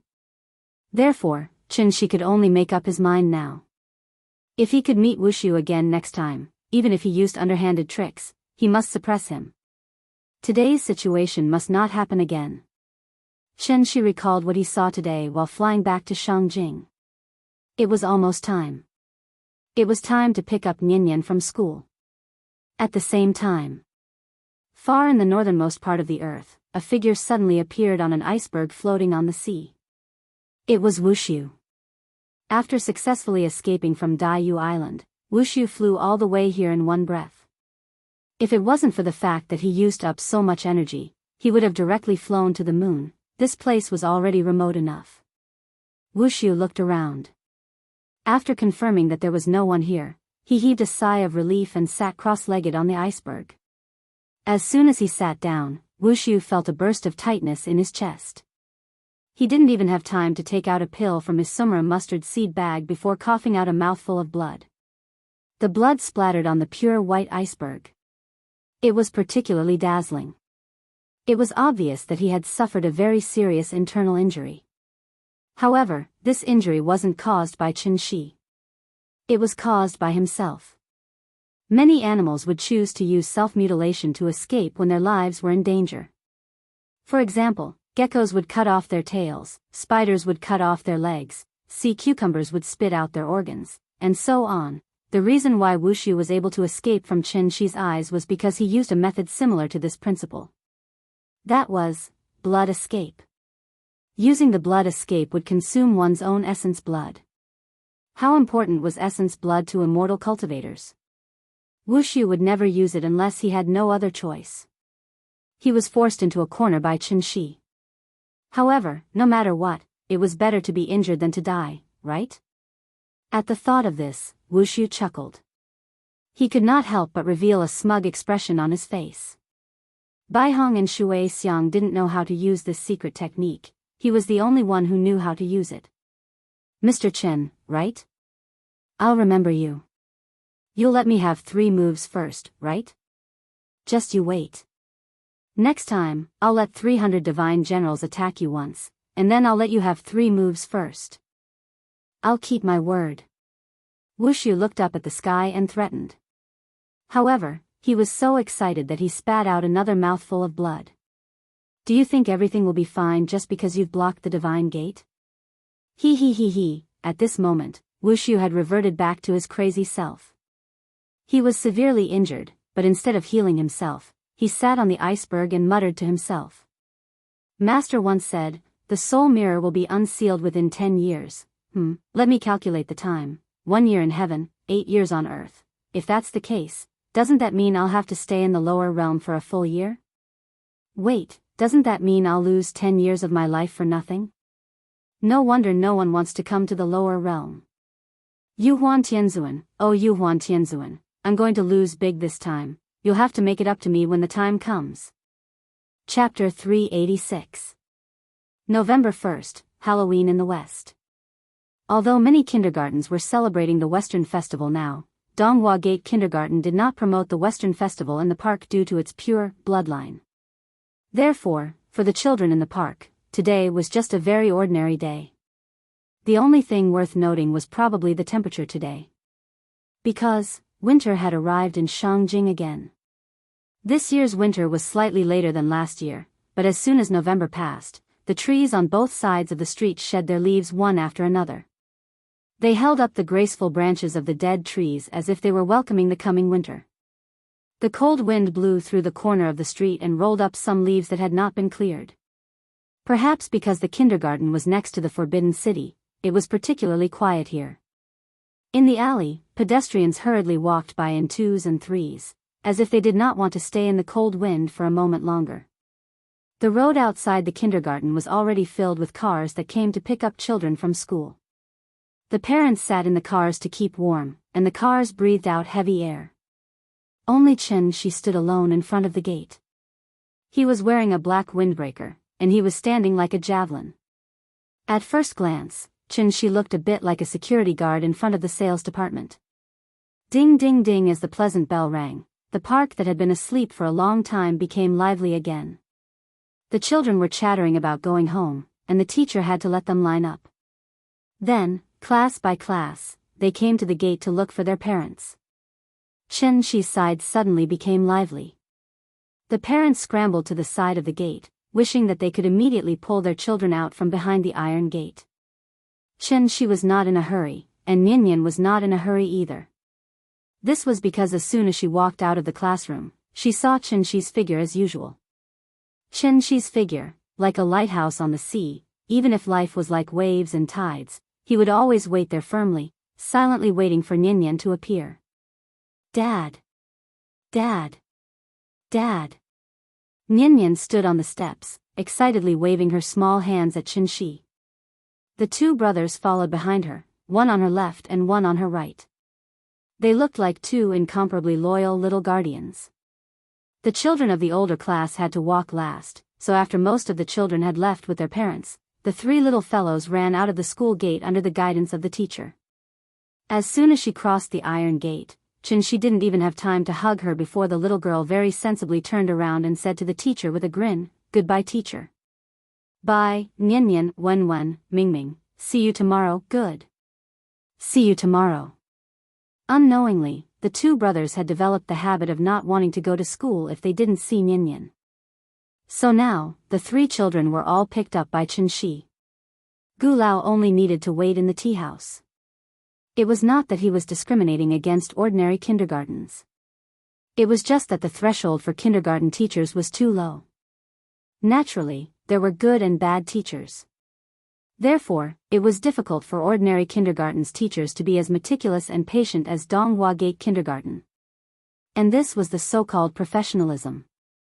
Under the patient guidance of the teachers, in addition to changing her accent, Ninian's wild nature, which had been spoiled by Chen-Shi and his wife, gradually began to be restrained. In the beginning, under the guidance of Aunt Zhang, Ninian was like a little girl in the mountains. At a young age, she knew that she had to share the burden of the family and never cause trouble for Aunt Zhang. Later, Chen-Shi and his wife came back, and the family of three was finally reunited. Ninian also became a small-town girl born in a rich family. Just like the song said, "You only know how to look at the stars in the sky foolishly. You are so pure." The return of her parents allowed her to find the greatest happiness in the world. Carefree and free. But it was also because of Chen-Shi's fatherly attitude of holding her in his hands and fearing that she would fall and melt in his mouth that Ninian gradually let go of the nature of a child. She learned to be coquettish, naughty, shameless, and throw a tantrum. But it was also at this time that only then could he be considered a complete child. Later, Ninian went to kindergarten, and it was a model kindergarten that was ranked in the country. Under the patient guidance of the teachers, Ninian changed again. And at this moment, she truly became a lady from a wealthy family. However, there were too few people in this wealthy family. At most, it was a family of three, plus his father-in-law and sister-in-law's family, of course, whether it was a mountain girl, a small-town girl, or a lady from a wealthy family. To Chen-Shi, Ninian would always be the smart, sensible, lively, and cute Ninian. He only wanted Ninian to grow up happily. Carefree, free, and unrestrained. No worries in the world should appear in Ninian's young heart. In fact, Chen-Shi really wanted to tell her sometimes, no matter what happens in the future, even if the sky falls down, Ninian, don't be afraid, don't be sad, and don't be sad. That's because I'll take care of you. Dad. The teacher gave us a little red flower today. Why? Because we're good at drawing. Oh. What about the painting? On the wall behind the classroom. The teacher said that at the next parent-teacher meeting, she will show our painting to you. Ninian was wearing a pink down jacket today and a rabbit ear hat on her head. Coupled with her rosy cheeks, she looked extremely adorable. She sat in Chen-Shi's arms, and when she was excited, her little body couldn't help but gently twist. When Chen-Shi patted her back and motioned for her to sit down, she would immediately obediently hug Chen-Shi's neck, and then coquettishly rub her head against Chen-Shi's head. The father and daughter whispered, and the brothers obediently followed behind them. In fact, the two of them had long been accustomed to this kind of life, so they didn't feel neglected. The two brothers were only a few months older than Nian, but under Gu Lao's constant education, the idea of giving in to your sister in everything was thoroughly planted in the depths of their hearts. Even the most common things in daily life, such as playing on the slide, the two brothers would let Nian play first, and then it would be their turn. This kind of feeling was also in line with the mood described by Li Bai in The Long Journey, riding a bamboo horse, circling the bed to play with green plums. Living together for thousands of miles, the two young people have no quarrel. Childhood sweethearts, childhood sweethearts. It was important to mention that childhood sweethearts had nothing to do with love, but it referred to the most innocent and pure friendship in the world. Children were still young, so naturally, it was impossible to speculate with adult thinking. But no matter what, humans were always social animals, and childhood without companions was incomplete. With the company of the two brothers, Nian's childhood would only be more fulfilling and happy. As for the future, that would be discussed in the future. Chapter 387.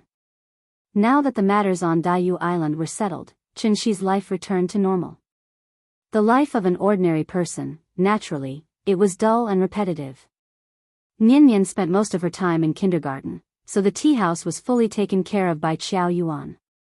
Qiao Yuan graduated from the best university in Huaxia, so a small tea house was not a problem for her. College students nowadays were very smart. Perhaps it was because Qiao Yuan had been living with Qinshi's family for a long time, so under the influence of Qinshi's family, Qiao Yuan looked more mature. She was very smart and knew what to listen to and what not to listen to. She also knew what to ask and what not to ask. As the saying goes, one is marked by the company one keeps. In Qiao Yuan's eyes, Qinshi's family was a hidden expert. Therefore, she did not know when it started, but there was a slight change in her thinking. In the past, Qiao Yuan was just an ordinary college student who had gone astray. She did not have any plans for the future. She always felt that after she graduated, she would find a suitable job according to her major. But now, Qiao Yuan did not want to live the rest of her life like this. Although Qinshi's family was always thinking about where to go and play, they did not set a good example for her at all. But under her rich imagination, she was able to completely fill in the background of Qinshi and her husband. The boss and lady boss, they were the modern version of Yang Gua and Xiao Longnu. They had seen the prosperity of the world, crossed thousands of mountains and rivers, but in the end, they resolutely chose to retreat from the turbulence and live a seemingly ordinary, but happy and stable life with their loved ones. This was Qiao Yuan's dream, and also her role model in life. It was just that Qinshi's family had reached the end, while she had just started. Qiao Yuan was in her 4th year of university this year, and her mind was gradually becoming more active. In fact, not to mention Qinshi's family, even the retired old man Gu Lao was not simple. Although the two brothers looked like losers all day long, in fact, the moment they were born, they were already rich second-generation heirs. After all, the two of them had a courtyard house in Hohai. It was very valuable. The little girl's mind was active, and she didn't know what Qinshi was busy with recently, so the responsibility of playing chess and chatting with Gu Lao naturally fell on her shoulders. Needless to say, this old man and young man actually got along quite well. Although Gu Lao didn't specifically teach Qiao Yuan anything, this little girl would always inadvertently learn things that couldn't be learned in school. Qiao Yuan was accumulating herself, just like the sweeping monks in the scripture depository. When she decided to leave the small tea house, it was time for her to set sail and usher in her brilliant life. Day after day, the cycle repeated itself. Like a sponge, Qiao Yuan studied and improved herself crazily, while Gu Lao enjoyed the rest of his life. Qin Ruoying was in closed-door cultivation all day long, and Qinshi rarely showed up except to take the 3 children to and from school. Because, Qinshi was busy with something important. A very, very big thing. For this, after Qinshi sent Nian to school every day, he had to cross the entire Pacific Ocean and go to the United States, which was far away on the other side of the ocean. Of course. Qinshi didn't go to the United States for fun, but for work. The Adumbra flower was so precious, naturally, it couldn't be refined with an ordinary iron basin. And she didn't have enough materials to refine a new alchemy furnace, so refining the Adumbra flower became a big problem. So after thinking about it, she finally decided to use the power of nature to refine the elixir.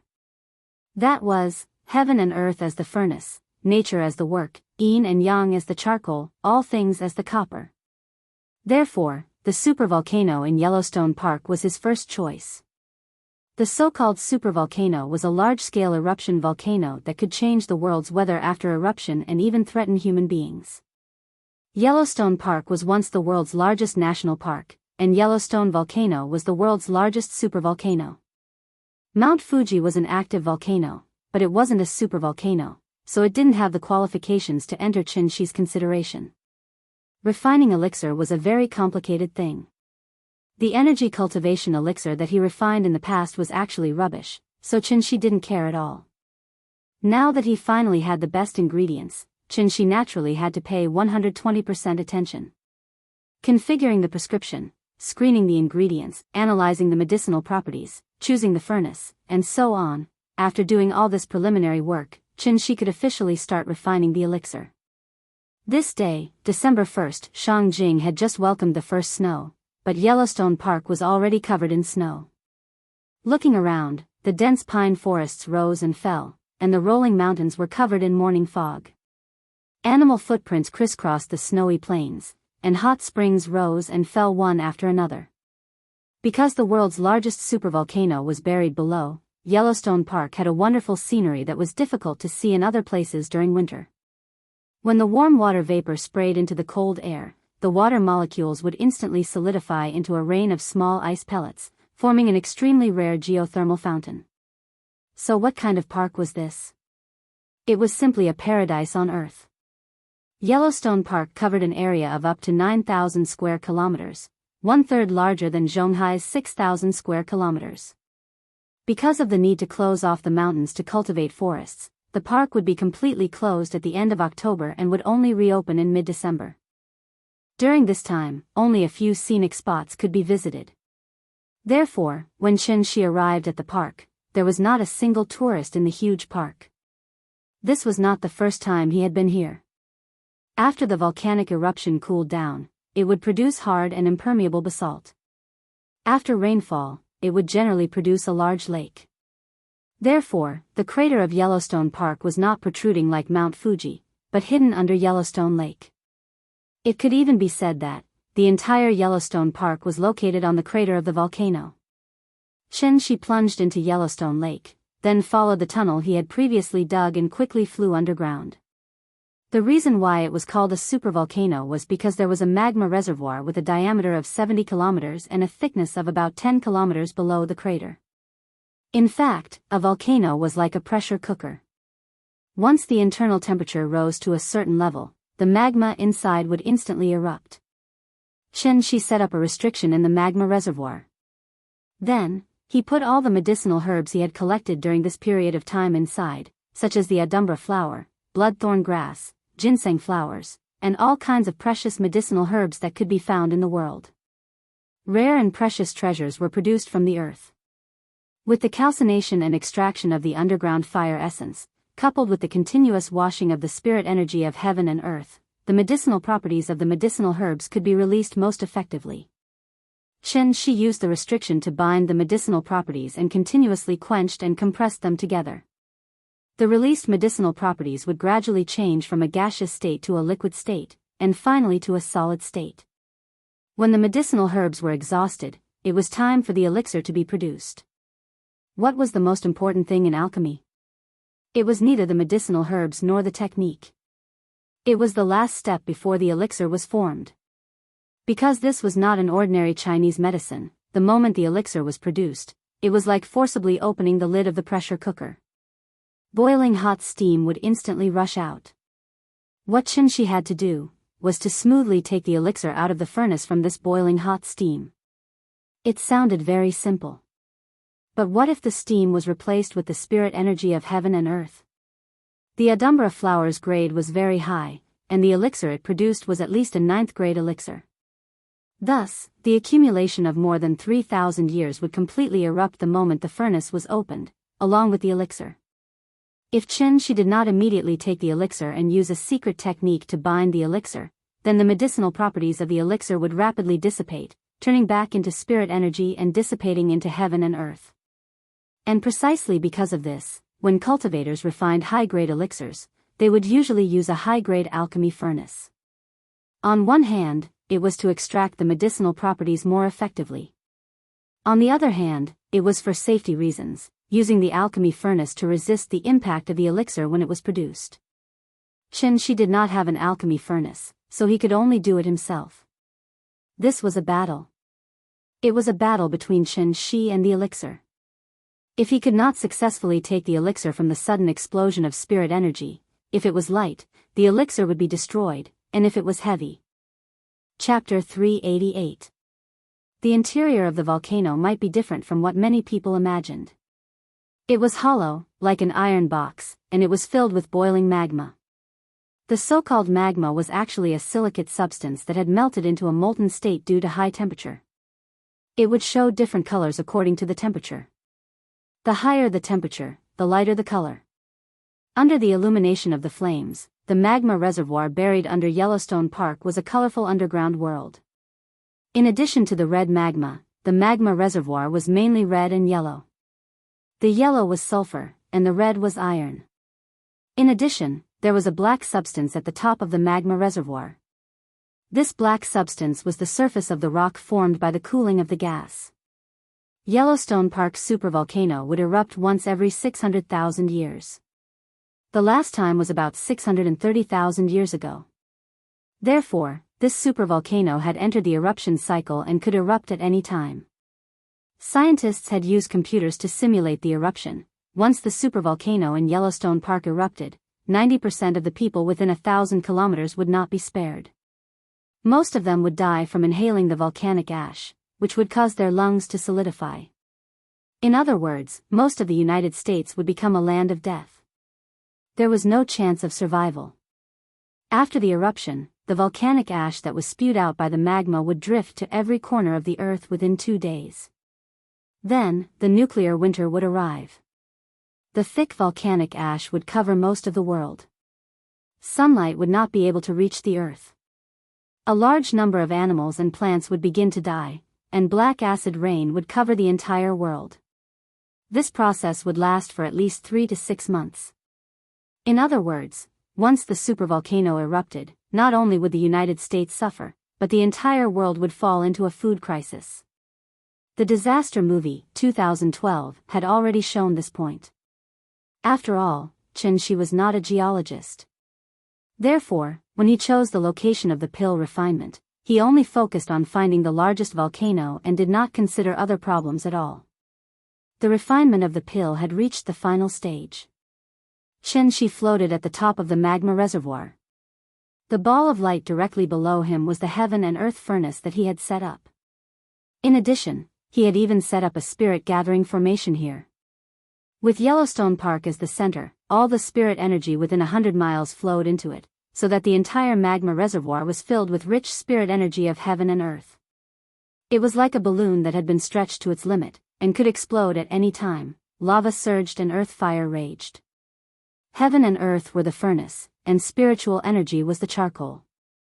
Under the continuous burning of the earth fire, the medicinal properties of the Adumbra flower were completely unleashed. Once the spirit pill was formed, the restriction would fall apart, and the compressed spirit chi of heaven and earth would explode in an instant. Its intensity would not be inferior to a large-scale spirit chi tide. In fact, it was even more ferocious and surging than the tide of spiritual energy. At the same time, it was also more threatening. Chen Shi waited patiently, focusing all his attention on the ball of light. Suddenly, a slight cracking sound came from the top of the magma chamber. Crack. It was a very weak sound. Before Chen Shi could react, the faint cracking noise had turned into a series of loud rumbling noises. The earth seemed to be torn apart.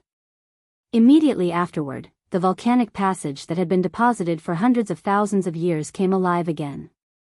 The strong air pressure continued to rise, trying to find a way to vent. The mountain could not withstand the pressure, and huge cracks began to appear, spreading all the way to the surface at an extremely fast speed. The cracks grew bigger and more numerous. Countless huge rocks continued to fall from above. The moment the huge rocks smashed into the magma below, the magma boiled, and sparks flew everywhere. Shi was stunned. Until this moment, he didn't even realize what a terrible thing he was doing. The earth began to tremble. Under the pressure, countless cracks appeared on the inside of the mountain. The cracks reached the surface. In an instant, countless geothermal fountains erupted from Yellowstone Park at the same time. Because the temperature was too high, the snow on the surface began to sublimate, turning from a solid to a gas in an instant. A thick fog shrouded the park. At the same time, earthquake alarms sounded in several cities around Yellowstone Park. The tremors grew stronger and stronger. This was not an earthquake, but the supervolcano had begun to become active. Under the pressure, the weak surface of the earth began to bulge, undulating strangely like waves. Birds cried out, and beasts howled. Countless animals ran out of the park, and flocks of birds flew across the sky, blotting out the sun. The only thing worth celebrating was, it was probably because Yellowstone Park was not open to tourists during this period of time. This place was freezing cold. Other than a few park staff, there were not many people. Shi was inside the magma chamber, so he could see more clearly. He saw the mountain collapse. He also saw the magma boiling. Originally, he came to pick up the medicine happily, but he did not expect to witness a volcanic eruption with his own eyes. Shi finally realized the seriousness of the matter. But just as he was about to find a way to contain the volcanic eruption, the elixir came out of the furnace without warning. The sudden burst of spiritual energy forced him to take a few steps back. Seeing this, Shi could not help but let out a long howl, and immediately rushed toward the ball of light. It was not easy to wait for the elixir to come out of the furnace. If he really failed at this time, wouldn't he be depressed to death? The spiritual energy turned into gusts of wind, like sharp blades, constantly slapping Shi's body. Even if his cultivation was unparalleled, at this moment, he could only barely withstand the pressure, and then slowly approached the elixir. The elixir was quietly suspended in the middle of the cave. It was like a luminous pearl, shining brightly. After such a long time of extraction, the medicinal properties were fully displayed. As soon as it came out, the magma chamber was filled with a refreshing smell. Just taking a deep breath of the aroma would make one feel refreshed and refreshed. The elixir was right in front of him. Thinking of the efficacy of this elixir, even Shi could not help but feel a little excited. As long as he took this elixir, then Ying would step into the diviner realm and condense the golden elixir. In a moment of excitement, Shi also used all his strength, and a burst of true essence energy instantly erupted from his body, not inferior to the spiritual energy tide. The energy was like a sharp knife, leading Shi all the way to the elixir. However, with every step he took, a layer of true essence in his body would be consumed. Finally, Shi flew near the elixir. The moment his fingers touched the elixir, the surging spiritual energy in the magma chamber seemed to have heard the call, and all of it converged into the elixir. The pressure suddenly disappeared. However, before Shi had time to be happy, the boiling magma below was like a fountain, and it suddenly spewed up into the sky. Why did the volcano not erupt? That was because the spiritual energy of heaven and earth filled the cave, and thus the magma was firmly pressed in the magma chamber. Once Shi took the elixir, the magma that had lost its suppression would be like a dam bursting, and it would spray out more fiercely and violently than before. This was an explosive volcanic eruption. From afar, it looked like a super-nuclear bomb had been dropped in Yellowstone Park. First, a burst of strong light lit up the sky. Immediately after, a gigantic mushroom cloud slowly rose. At the same time as the mushroom cloud rose, there were countless bolts of lightning shuttling back and forth. The angry volcano spewed magma and thick smoke, and ferocious electric snakes hissed in the air. This was not a movie, but a joint performance of the sky and the earth, volcanic lightning. Chapter 389. The supervolcano erupted. At that moment, the entire world seemed to have quieted down. The crater of the volcano was like a lit-up firework. First, it emitted a cloud of smoke that covered the sky, then it suddenly exploded into the sky. In an instant, a mushroom cloud formed by volcanic ash and steam rose into the sky, almost breaking through the clouds. Dark red magma spewed out along with the billowing black smoke. The red-hot rocks were pushed into the sky and exploded like fireworks, then fell in all directions. From afar, it looked like thousands of meteors had passed by, leaving streaks of fiery red marks in the sky. At the same time, the shock waves that accompanied the explosion spread out wave after wave. Countless boulders were blown away by the strong wind, and countless trees were uprooted. The accumulated snow on the ground turned into white smoke and drifted in all directions. At that moment, all living things cried out, and the plants bowed their heads. Because sound traveled the slowest, after the shock waves exploded, the loud rumbling sound began to spread out in all directions. The entire earth was shaking violently. Magma spewed out from the crater of the volcano, black smoke filled the sky, and hot flames swallowed a large area of land. This was the anger of nature. All living things were destined to be doomed, and could only helplessly fall into this terrible disaster. This scene, it must be the so-called, the birth of a drought demon. Thousands of miles of land were barren. Starving people were everywhere, and not even a blade of grass grew. She turned into a golden light and flew out of the thick smoke. When he saw the scene in front of him, he finally realized what he had done. The huge Yellowstone Park had become a purgatory. Magma spewed out from the crater of the volcano, spreading out wave after wave. Magma spread all over the ground, like a bright red wound, and blood was gushing out. This was definitely an accident. She looked at the scene in front of him, dumbfounded. After he came back to his senses, he began to think about how to remedy the situation. After all, he was not a patriot. Although the United States was annoying, the people of the United States were innocent. Shi's worldview was not so twisted and dark. How to remedy it? This was really a problem. Volcanic eruptions were not short-lived, but rather a continuous process. Once this hole was opened, magma would continuously gush out from the ground. This would last for at least a few hours, at most a few days, or even a few years. Rain could not extinguish a volcano. This was because volcanoes were not only found on land. There were also volcanoes under the sea. Even the sea could not extinguish a volcano, let alone a few heavy rains. She looked at the crater with a worried expression. After thinking for a long time, he finally came up with the simplest and most violent method, and that was, he directly blocked the volcanic crater. Just like the pressure cooker, wouldn't the problem be solved once the lid was put back on? This restriction didn't even need to be too exquisite. It just needed to be hard and strong enough to withstand the pressure from the magma reservoir. Thinking of this, Shi immediately began to work hard to arrange. As long as they acted quickly, they might be able to save many lives before the magma spread to the nearby cities.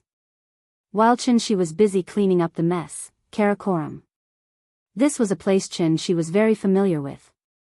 However, this place hid many secrets that no one knew about. It was cold here.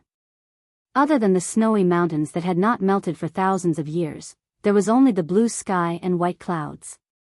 There were many mountains here.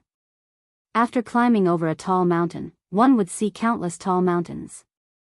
Above the white snow, in the middle of the vast mountain range, there was a seemingly ordinary 10,000-year-old snow mountain. It was not high enough, nor was it dangerous enough. In addition to this remote terrain, it did not even have a widely spread name. It was just the most inconspicuous mountain among the vast mountains. However, 10,000 years ago, it also had a very beautiful name, which was Floating Mist Mountain. The green grass could be waves, and the blue sea could be dust. The green hills could be turned into a flowing ocean, and the sea could also be turned into the land where dust had settled. Tens of thousands of years had passed. The glory of Floating Mist Mountain had turned to dust with time. The current Floating Mist Mountain was probably just a barren snowy mountain. But today, however, this barren snowy mountain welcomed an uninvited guest. Jiang Yan. In fact, since the moment Wushu attacked Daiyu Island, there was no such person as Jiang Fengyan in this world. A 20-year-old body and a 1,000-year-old soul. After a month of recuperation, Jiang Yan had completely adapted to this body, so with every movement he made, his body naturally exuded a weather-beaten feeling. Jiang Yan stepped on the snow and walked slowly. Step by step. It was like an ant walking on a painting. Although it was small, it was very obvious. It seemed that this was not the first time Jiang Yan had come here. But perhaps because it had been too long, he would stop and look around after a few steps to make sure that he did not take the wrong path. He did not fly, but walked slowly on the snow. But as he walked, Jiang Yan's figure actually disappeared into thin air just like that. Because, he walked into a formation. The instant he stepped into the array formation, a passageway appeared before Jiang Yan's eyes. Jiang Yan did not even hesitate and walked straight into the tunnel. There was no light source in the tunnel, it was pitch black. But Jiang Yan had no intention of lighting a light at all. He continued to walk forward without stopping. He did not know how far he had walked before a faint light appeared at the end of the tunnel. Seeing this, a faint smile immediately appeared on Jiang Yan's face. At the end of the tunnel was a hall. There was only a faint green light source inside. From afar, it looked like a will-o'-the-wisp. It wandered in the hall while emitting a dim light. The moment Jiang Yan stepped into the hall, an old voice sounded in the hall. Who's here? It's me, Jiang Yan. The young man's voice was good. The energetic voice suddenly formed a sharp contrast with the lifeless voice. And as soon as Jiang Yan's voice fell, the hall that had been silent for a long time seemed to come alive again. Jiang Yan? Jiang Yan? Jiang Yan. Countless different voices sounded in every corner of the hall. Just like the many spectators sitting around, the moment they saw Jiang Yan appear, they cheered in unison. But, these voices sounded like the voices of dried corpses. It was dry and shriveled, and at the same time, it was a bit harsh and hoarse. Jiang Yan seemed to enjoy the feeling of being the center of attention. After a while, he raised his arms and signaled for everyone to be quiet. The cheers stopped abruptly. At this time, Jiang Yan faced the center of the hall and said slowly, "I'm sure you all know what's going on outside, so now I just want to ask, the oath back then, is it still valid now?" After that, Jiang Yan began to look around. But no one answered him. The entire hall was silent. It was quiet and empty. It was as if he was the only living person in the room. Jiang Yan stood in the center of the hall and waited silently. After a long while, the old voice sounded again. "How can the oath of the 9 serenities be taken lightly? Since you have decided to come out, we will not continue to endure here. Go ahead and make the arrangements. If there is no doubt, I am willing to respect Jiang Yan as the co-leader of the 9 serenities and lead us to fight against Tiandu. Do you have any objections?" As soon as this question was asked, there was a sound of agreement in the hall. Seconded. Seconded. Seconded. Just like the company's board of directors, Jiang Yan was officially elected as the new CEO of the 9 serenities. There were 9 levels of heaven and 9 levels of earth. There was Tiandu above and the 9 serenities below. The 2 words, 9 serenities, were the fundamental reason why Jiang Yan dared to go against Tiandu. For this, he was even willing to sacrifice the entire Jiang family and offer up all the remaining celestials on Daiyu Island for the 9 serenities to take. Because what he wanted. Chapter 390. After Qin Shi busied himself for half a day, the mess in Yellowstone Park was finally cleaned up. For this reason, he specially set up a super large restriction to completely seal the magma reservoir. In fact, this could be regarded as a blessing in disguise. After Qin Shi's messing around, part of the pressure on the Yellowstone Park super volcano had been removed. Coupled with the effect of the restriction, the next natural eruption of this volcano was estimated to be tens of thousands of years later. If the United States knew the truth of this matter, they would probably only be grateful to Qin Shi and would worship him as their ancestor, it was just a short eruption. Although the scale was large, the destructive power was always limited. The only thing that was painful to lose was probably the beautiful natural scenery of Yellowstone Park. Even if they immediately began to rebuild it, it would take many years to form an ecological chain of today's scale. Of course, these losses were not for Chen-shi to worry about. He had done what he could and made up for what he could. Therefore, after carefully checking the restriction, Chen-shi happily took the spirit pill and embarked on the return journey. Perhaps because he was in a good mood, during the flight to Huaxia, he took out the spirit pill from time to time to observe it. Just a whiff of this fragrant scent was enough to make one intoxicated. Although the grade of this spirit pill was not as high as he imagined, it could barely reach the 6th or 7th grade. After all, the supplementary ingredients were just some ordinary medicinal materials. It was already very good to be able to reach this standard. And with the current conditions on Earth, how could Chen-shi not be satisfied with the fact that such a high-grade spirit pill could be refined? Humans should always be content with what they have. Refining pills was a craft, and it could not be done without some experience. Refining pills according to a recipe was something that only a worker would do. With Chen-shi's years of experience, coupled with his understanding of medicinal materials and pharmacology, he could naturally configure a prescription that was really suitable for the current situation based on the existing materials. Therefore, this spirit pill was absolutely unique. It didn't even have a name. Even if one searched the entire Heavenly Jade domain, they wouldn't be able to find a second one.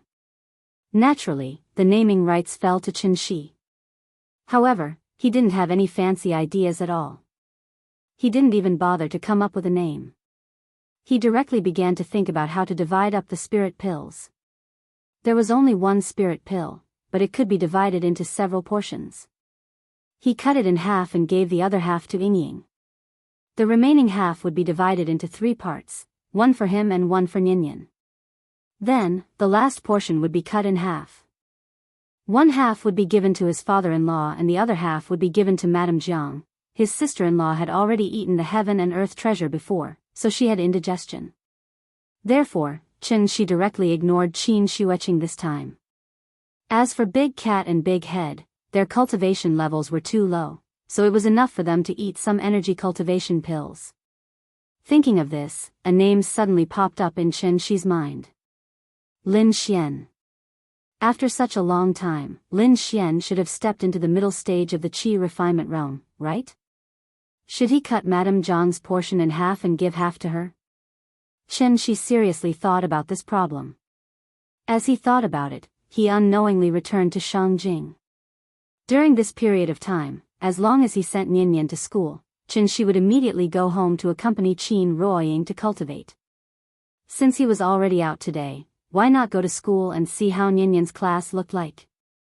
Therefore, Chen-shi immediately turned around and flew toward Donghua Gate Kindergarten. Ninian's class today was really interesting.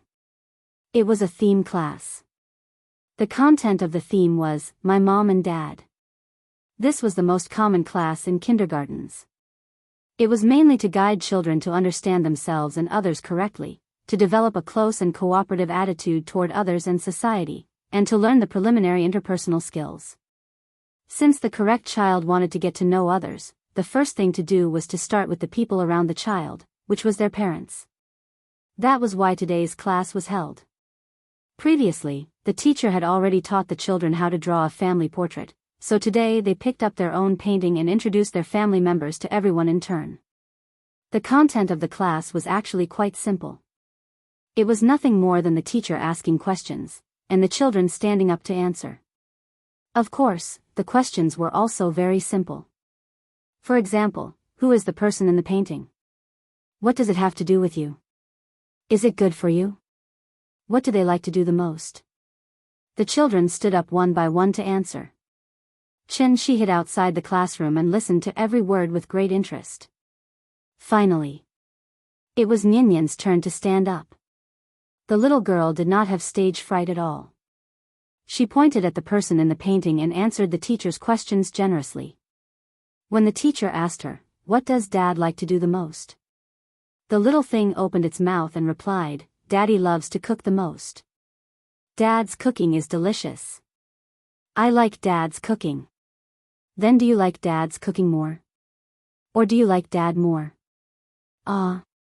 After the teacher threw out a question that she hadn't asked before, the little girl was stunned on the spot. She didn't seem to expect the teacher to ask such a question at all. So after hesitating for a moment, the little girl frowned and whispered softly, I like both. Dad's cooking is delicious.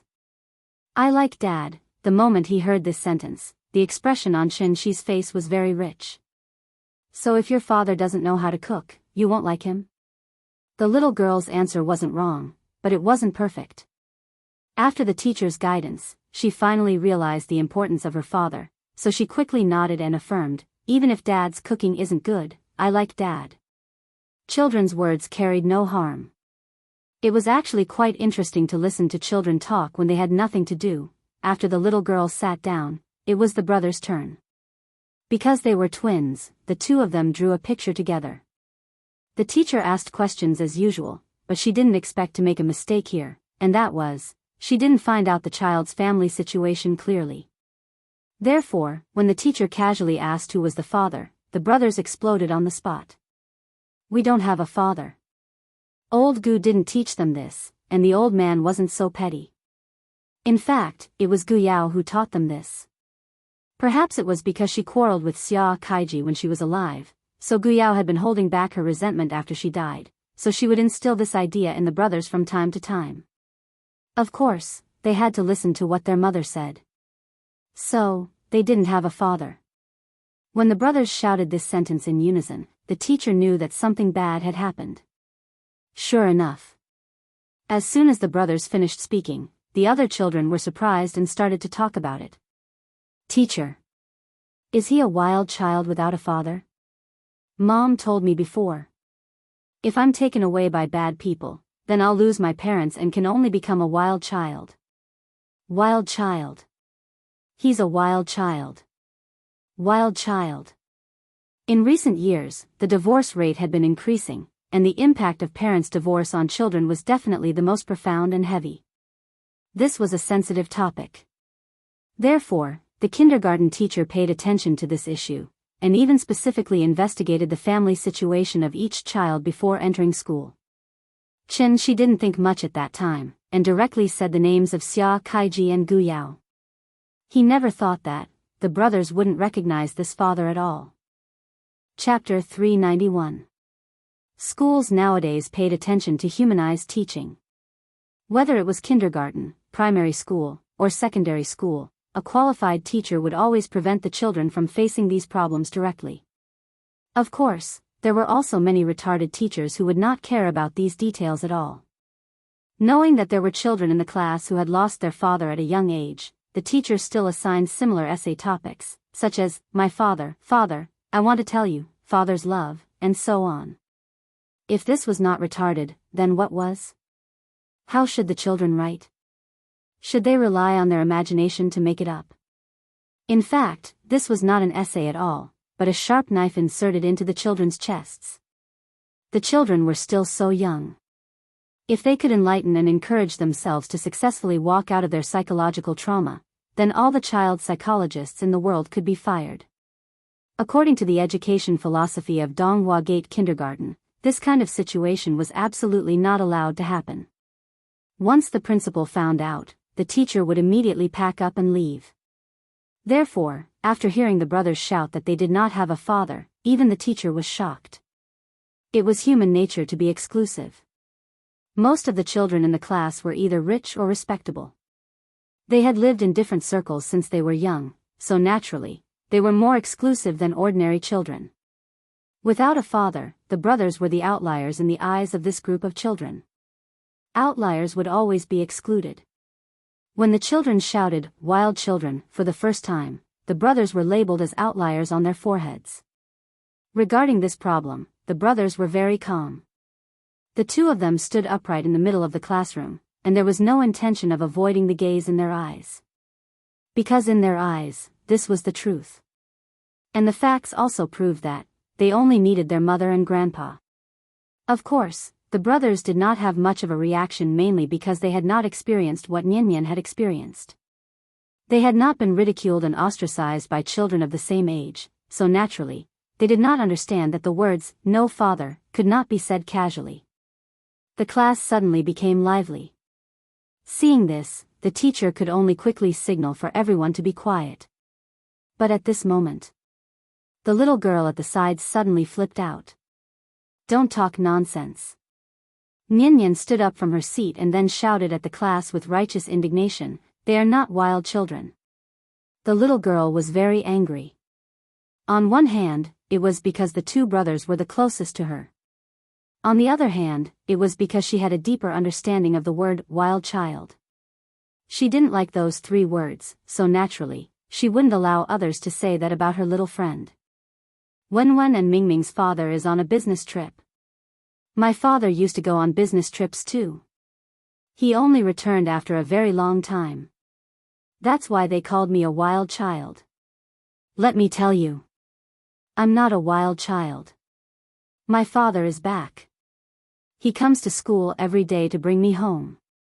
Wenwen and Mingming's father will come back too. I'm not a wild child.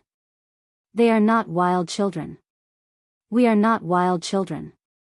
While speaking, the little guy suddenly burst into tears. After all, he was still a child. It was not easy for her to defend herself under such circumstances. After Nyan's interruption, the teacher finally came back to his senses and immediately comforted her. Then, the teacher used Nyan's words and began to guide the children in the class. Everyone's parents were not at home sometimes, so they couldn't be called wild children because of that, right? In order to prevent the 2 brothers from causing trouble again, the teacher didn't even dare to let them speak again. He directly let them sit back in their seats and play a little game with Nyan. When Nyan gradually stopped crying, the teacher decisively changed the theme of the day, and then led the children to sit on the small train outside the house. There were 3 teachers in a class. The main teacher made such a big mistake, so the teachers in the side class should report it to the principal. But considering that everyone was in the same boat, the teachers in the side class concealed this matter. The small disturbance soon subsided. Nyan's little face showed a smile again, but the 2 brothers' faces showed a thoughtful expression. Perhaps from this moment on, the shadow of their father gradually emerged from the bottom of their hearts.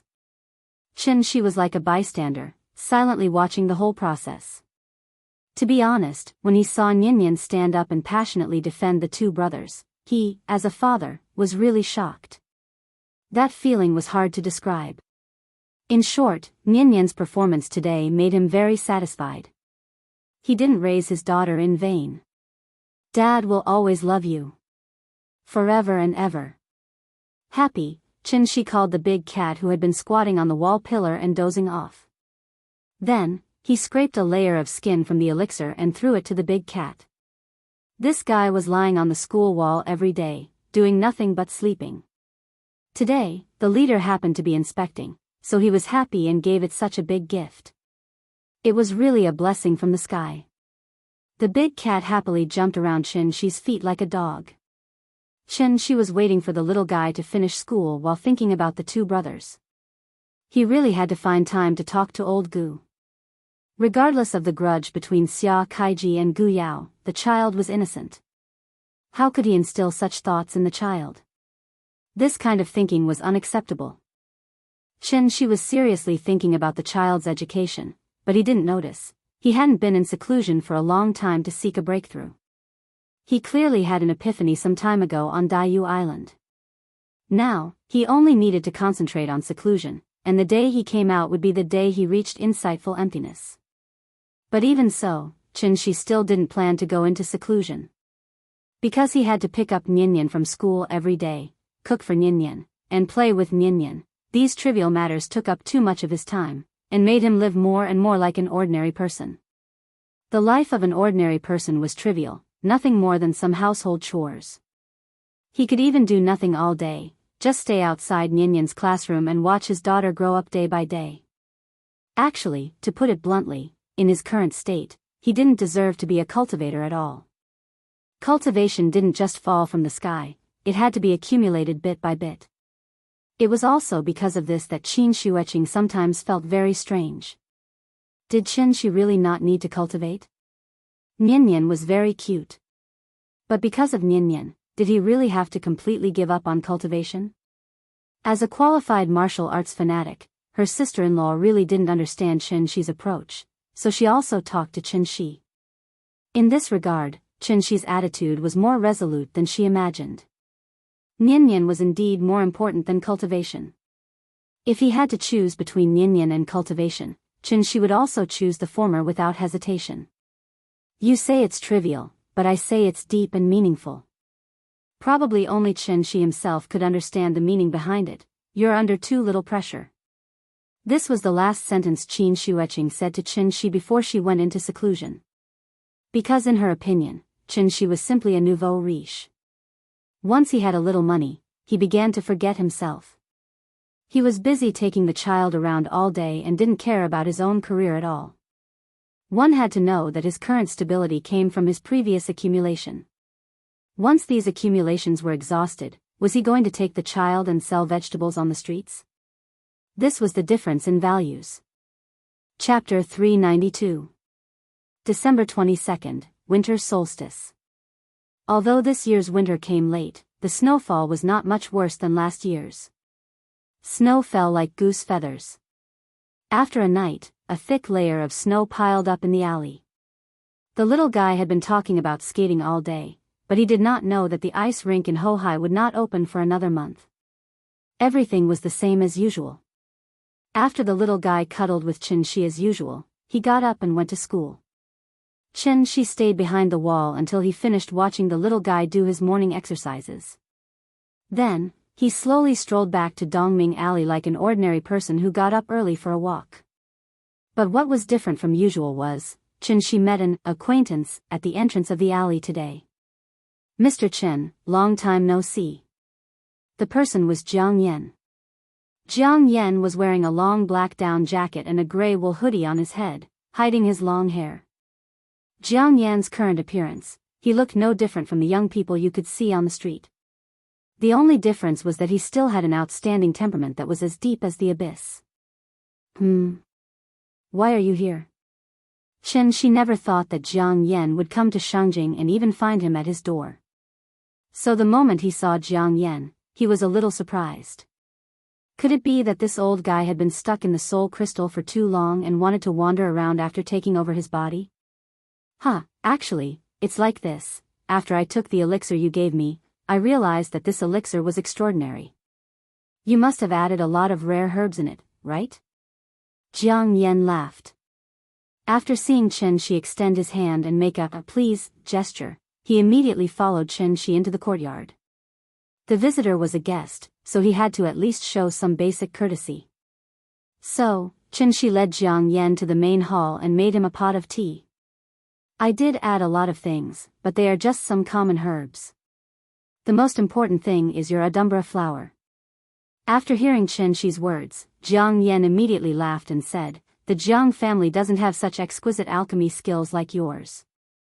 After your careful concoction, this adumbra flower really showed its medicinal effects. If that's the case, the Jiang family has really profited. Jiang Yan seemed very happy.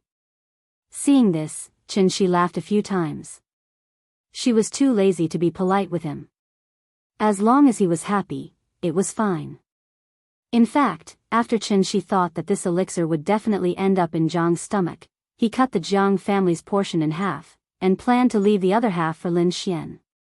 After all, he should not let the goodies. The old man had been hiding in the soul crystal for so many years, so he probably had accumulated a huge amount of vital energy. Thinking about it, this little bit was not too much, and this little bit was not too little. He just had to make do with it. To be honest, based on the amount that Jiang Yan had consumed, it was probably not as effective as directly swallowing the adumbra flower. Therefore, even if Qin used her but to think, she knew that the old man must have other motives for coming to her door today. Alright, you don't have to be so polite with me. Qin did not have the time to talk nonsense with him, so he asked directly, tell me, why did you come all the way here? Hearing this, the smile on Jiang Yan's face became even more cheerful. Actually, it's nothing much, I just wanted to come out for a walk and pay you a visit. At this point, Jiang Yan's gaze fell on the couplet in the middle of the main hall. The heavenly gate is broken, the river opens, the jade water flows east. However, his gaze did not linger for long, then he put on a rather emotional expression and sighed. White clouds for 1,000 years, the sky is long, look at this world, where does it look like it used to? When I came here, I even took that big guy called an airplane. If I didn't see it with my own eyes, I definitely wouldn't believe it.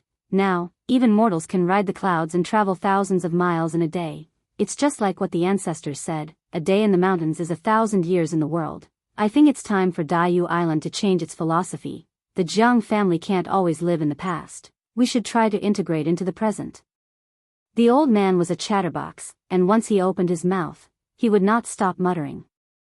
After listening for a while, Qinshi felt a headache coming on, so he found an excuse to send him out. No wonder everyone said that the older a person was, the more long-winded they became. This old man had been holding it in for thousands of years. If he really let him continue, wouldn't he talk for 3 days and 3 nights? All right, then I won't disturb you. Have a good rest, I'll go to the Great Wall again, ha. Jiang Yan stood in the alley and waved goodbye to Qinshi with a smile. After Qinshi chuckled, he didn't even bother to exchange pleasantries, and directly closed the door. Bye-bye to you. Jiang Yan didn't feel offended at all. When he turned and walked out of the alley, there was even a faint smile on his face. After that, Jiang Yan strolled leisurely on the streets, looking around from time to time. He looked like a tourist who had just arrived in the city. However, just as Jiang Yan walked out of the main street, a figure suddenly appeared beside him. Jiang Yan glanced at him and said coldly, "There are people coming and going here. Can't you wait until there's no one before you appear?" Hearing this, that person said indifferently, "They're just a bunch of ants, so what if they see us? They'll only think that their eyes are playing tricks on them." Enough. Jiang Yan seemed to be quite dissatisfied with this person's approach, so his face turned cold on the spot. However, that person still didn't care, but looked around curiously, especially at the complicated structure of the viaduct not far away. If Qinshi were here, he would definitely feel very puzzled. Since when did Jiang Jingqing dare to talk to Jiang Yan like this? That's right, the middle-aged man walking side by side with Jiang Yan at this moment was Jiang Jingqing, who was previously beaten into the ground by Qinshi. Although Jiang Jingqing was arrogant and unruly, he was still a member of the Jiang family, and the Jiang family's ancestral teachings had long been branded in his blood and marrow, so naturally, he couldn't be so disrespectful to Jiang Yan. So the person in front of him. It couldn't be Jiang Jingqing at all. Don't blame me for not warning you, this Mr. Chen isn't someone you can afford to offend. If you want to overthrow Heaven Capital, then you must need his help, and you can't afford to be on bad terms with him. Seeing Jiang Yan's serious look, Jiang Jingqing also withdrew his previous frivolity and became much more serious, so he replied in a deep voice, "I know." Seeing this, Jiang Yan didn't say anything more. The reason he suddenly came to visit Qinshi today was to let his companions see Mr. Chen's abilities. Not to mention Mr. Chen's cultivation, it wasn't difficult to see that this person was definitely not someone to be trifled with just by looking at the restrictions inside and outside the 4-part courtyard. Jiang Jingqing obviously knew his limits. However, after a moment of silence, he couldn't help but ask, "I still feel a little strange. You and I have lived for thousands of years, so why haven't we heard of such a person in the world? Are you so sure he's not from Heaven Capital?" After hearing Jiang Jingqing's words, Jiang Yan didn't immediately answer, presumably thinking about the reason behind it. After a long while, Jiang Yan frowned and said, "It shouldn't be, based on the strength this person has shown before, he's at least above the level of a divine general, or even at the level of a heavenly venerable. Over the years, no divine general has defected from Heaven Capital, and no heavenly venerable has died, so he can't be from Heaven Capital. Moreover, I think Wushu really doesn't seem to know him." Hearing this, it was Jiang Jingqing's turn to be silent again. It wasn't until the two of them walked side by side for a long distance that Jiang Jingqing said with a serious face, "I think this matter needs to be considered at length, so don't act rashly." Chapter 393. December 24th, Christmas Eve, Christmas Eve. With the rapid development of Huaxia over the years, the common people gradually began to understand and accept Western culture. Christmas was the most important holiday in Western countries. No matter how much Donghua Gate Kindergarten promoted traditional culture, they could not deliberately ignore it. Otherwise, how was it different from closing the country off? Therefore, Christmas was the only Western festival that Donghua Gate Kindergarten celebrated. Since it was a holiday, they naturally had to arrange themed activities. Playing with the children was secondary. The school mainly wanted the children to understand the differences between Chinese and Western culture more easily and understand the meaning of Christmas. They also hoped to cultivate the children's interest in learning English. After all, no matter how Huaxia developed in the future, it was imperative to integrate with the international community. Therefore, learning English was definitely beneficial to the children. The winter break would start in the middle of next month. Therefore, the kindergarten would usually set this day as the Winter Parent-Child Activity Day, requiring the parents to attend. The parent-child activity could not only promote the emotional exchange between the children and their parents, but it was also beneficial to the healthy growth of the children's body and mind. Naturally, its importance was needless to say. The kindergarten hoped that every child's parents could be present. For this reason, they gave the parents a notice half a month in advance, which could be considered as leaving sufficient time for the parents to prepare. Qin Ruoying originally wanted to participate. However, because she had taken the largest portion of the elixir some time ago, if she did not go into seclusion to digest it in time, much of the medicinal effect would be wasted. The adumbra flower was so precious. Wouldn't it be a pity to waste it? Qin Ruoying's aptitude was very ordinary. If she did not rely on external help, then when would she be able to break through to the celestial being level? Chen Shi had no choice but to repeatedly persuade her. After the little fellow said that she must let her mother have a good rest, Qin Ruoying reluctantly returned to her room and went into seclusion. Qin Ruoying could not be present, and Chen Shi had other arrangements that day. Therefore, he had to find someone to take care of Nian for him temporarily. This important task, naturally, it fell on his sister-in-law's shoulders. For this, Chen Shi specially called out his sister-in-law, who was in seclusion. Qin Xueqing had always been impatient with Nian, as if she didn't like children. However, Chen Shi knew very well, Qin Xueqing was a typical example of a woman who said she didn't want to, but her body reacted honestly. Nian was taken care of by her sister-in-law, but the brothers were in trouble. The last time the two of them complained in the classroom that they didn't have a father, so Chen Shi wanted Xia Kaiji to attend the Christmas party in person, hoping to ease the estrangement between father and son. After all, blood is thicker than water. When Chen Shi proposed this idea, although Gu Lao still felt a little uncomfortable in his heart, he did not speak out against it. On the other hand, the reaction of the two brothers was obviously a bit too extreme. We don't have a father. No. No. There isn't. We don't want daddy. I just want my mother. The two brothers said one after another, and no matter what, they refused to acknowledge this father.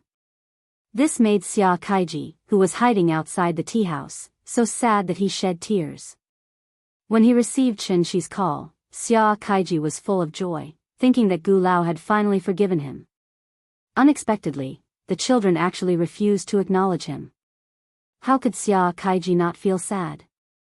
Chen Shi tried to persuade the two brothers, but how could children easily give in when they were stubborn? Whoever tied the bell should untie it. Chen Shi suddenly thought of Gu Yao, so he used the soul crystal to directly summon Gu Yao's soul back. After this period of recuperation, Gu Yao more or less recovered some of her consciousness. After being summoned by Chen Shi, she quietly floated over the tea house and saw everything that happened in front of her with her own eyes. Gu Lao sat in the booth sullenly. The two brothers stood on the side crying endlessly. Xia Kaiji hid in the corner and silently wiped his tears. From the day she passed away, this happy family had already been shattered. Gu Yao was just an ordinary person, without the support of a profound cultivation base. Even with Chen Shi's help, how long could her soul last? 3 years? 5 years? Or 10 years? In the end, she would disappear from the world, just like water evaporating. Not a single trace of her could be found. She was gone, but the children were still there. Even after 10 years, they would only be 15 or 16 years old teenagers. Gu Lao was already old. Did he really want them to grow up alone like wild children, without anyone to rely on? Gu Yao was persuaded by Qin Shi, and she finally figured it out. After the resentment that had shrouded her heart for a long time dissipated, her soul seemed to be a little purer. Then, Gu Yao quietly came to the two brothers. She didn't know what she said to the two brothers, but they quickly quieted down and obediently followed Qin Shi out of the tea house, standing in front of their biological father again. "Daddy," the two brothers hesitated for a long time, and then finally called out, "Daddy." The moment he heard these two words, the man who was shining in the workplace finally couldn't hold it anymore. He knelt on the ground, his hands tightly hugged the two brothers. Because of a moment of excitement, Xia Kaiji actually let out a whimper. "I'm sorry. Yao Yao. I'm sorry." He touched the two brothers' face, looking at them who obviously grew a lot taller. His tear-stained face couldn't help but reveal a trace of smile. "I'm sorry, it's all Daddy's fault. Daddy let you suffer. I'm sorry, Yao Yao, I regret it so much." Xia Kaiji repented painfully, but he didn't know that every word he said now floated into Gu Yao's heart without missing a single word. Gu Yao came to Xia Kaiji's back, as usual, gently hugged him from the back. But it was a pity, Xia Kaiji could no longer feel that kind of feeling from before. Qin Shi quietly returned to the tea house, leaving the warm moment to Xia family's father and son. Sister-in-law sat in the booth, bored to death, flipping through the book, as if she was not interested in everything around her. The Christmas party will only start after school. Nian Nian was still in school. The two brothers were taken out by Qin Shi. Qin Shueqing seemed to be dissatisfied with Qin Shi because of this trivial matter, so when she saw Qin Shi came over, she rolled her eyes at Qin Shi, and then turned her body to the side. Seeing this, Qin Shi didn't take it to heart, but directly sat in front of her, and smiled and asked, "Let me ask you a question. Why did you say you are cultivating?" Sister-in-law didn't answer, she didn't even bother to lift her eyelids. Qin Shi waited for a while, seeing that she still didn't speak, he continued to say, "Your so-called cultivation, first of all, is to get rid of the distracting thoughts, not to care about the chaos of the mortal world, or else, if the heart is not calm, it will mess up your actions. But why do I feel? This kind of cultivation is no different from getting rid of feelings. Humans have 7 emotions and 6 desires. Getting rid of feelings, getting rid of desires, is that still a human?" After hearing this sentence, Qin Shueqing finally reacted.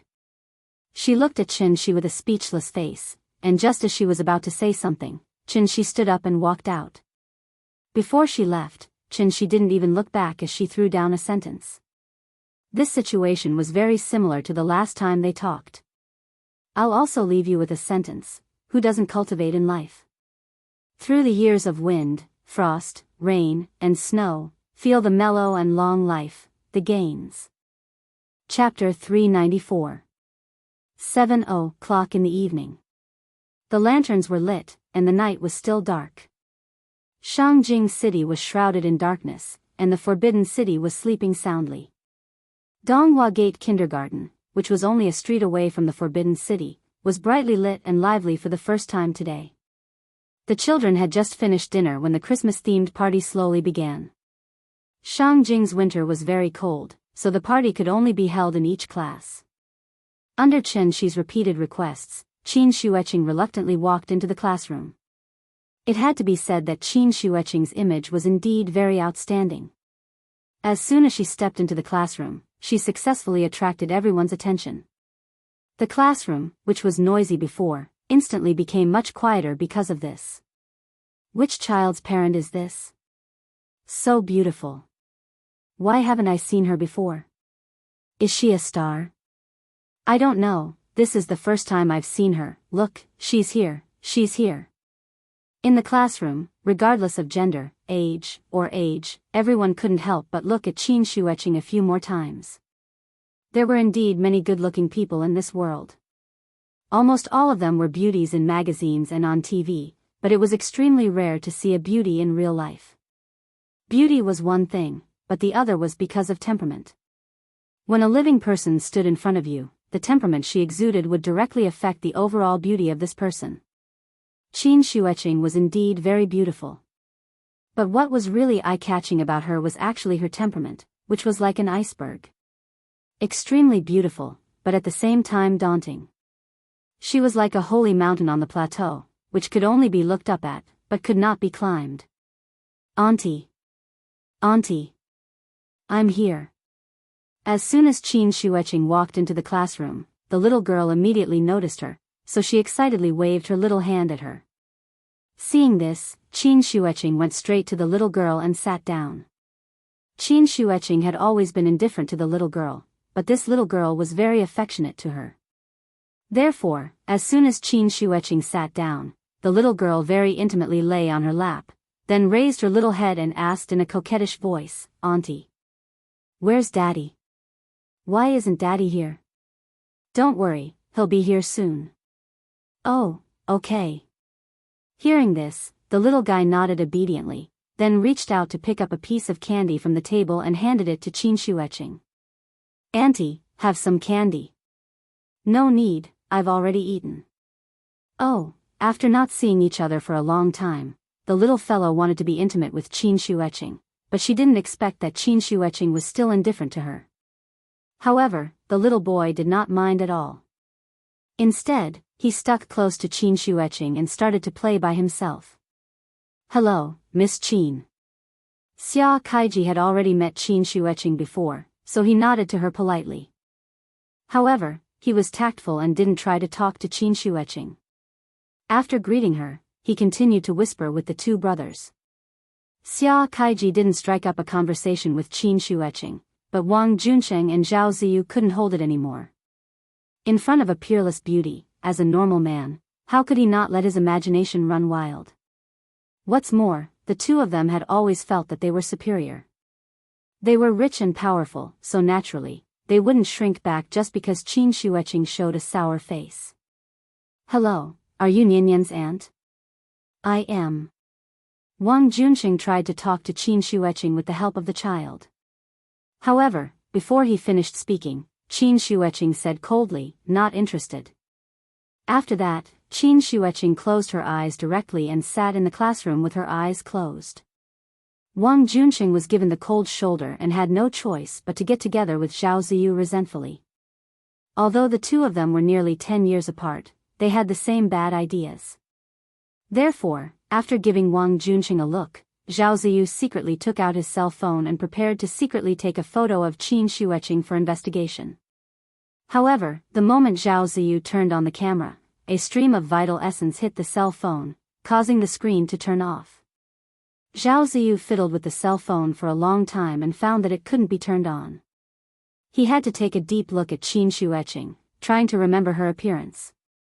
Qin Shueqing naturally knew what he was doing, so she opened her eyes and prepared to teach Zhao Ziyu a lesson. However, at this moment, a burst of cheerful music suddenly sounded in the classroom. Ding ding dang, bell ding dang, how happy we are skiing, we sit on the sleigh, ding ding dang, bell ding dang, how happy we are skiing, we sit on the sleigh. The moment the accompaniment of ding ding dang sounded, all the children in the class sang together with the teacher. This was a surprise prepared by the teacher for the parents. The moment the music sounded, the Christmas lights in the classroom were all lit up. After the teacher took out the Christmas spray and sprayed it on the glass, the atmosphere in the classroom was suddenly pushed to the highest point. Every child's face was filled with the most enthusiastic smile. Since it was a parent-child activity, naturally parents and children had to play games together. The content of the game was very simple, which was to ask parents to accompany their children to make a Christmas card. Looking at the scissors, glue, colored pens, and socks on the table, Qin Shueqing's expression froze on the spot. When had she ever made these things in her life? But she had no choice. She had already promised Chen Shi that she would take care of Nianyan for him. Even if Qin Shueqing was unwilling now, she had to be patient and accompany the little girl to pick up the scissors and paintbrush, and began to make the first Christmas card in her life. While teaching everyone how to make a card, the teacher told a short story about Christmas on the podium. The most attractive one was, of course, Santa Claus who gave gifts to every child on Christmas Eve. After telling the story, the teacher motioned for everyone to stop what they were doing for a while, and then announced loudly, "Children, look, who's here." After that, the teacher pointed to the door of the classroom. Then, Santa Claus, wearing a red coat and a long white beard, appeared outside the door. Santa Claus. The moment Santa Claus appeared, the children were in an uproar. He held a big red bag with many small gifts in it. As soon as he entered the classroom, he began to give the children gifts, and at the same time, he gave them an apple that meant peace. Finally, Santa Claus came to the little girl. The little girl eagerly took the apple from the old man's hand, looked up, and found that the face hidden under the beard was particularly familiar. Dad? He was indeed a biological child.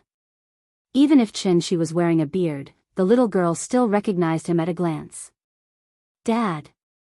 The little girl excitedly jumped up and was about to go forward and hug Chin-shi, but Chin-shi made a shushing gesture to her.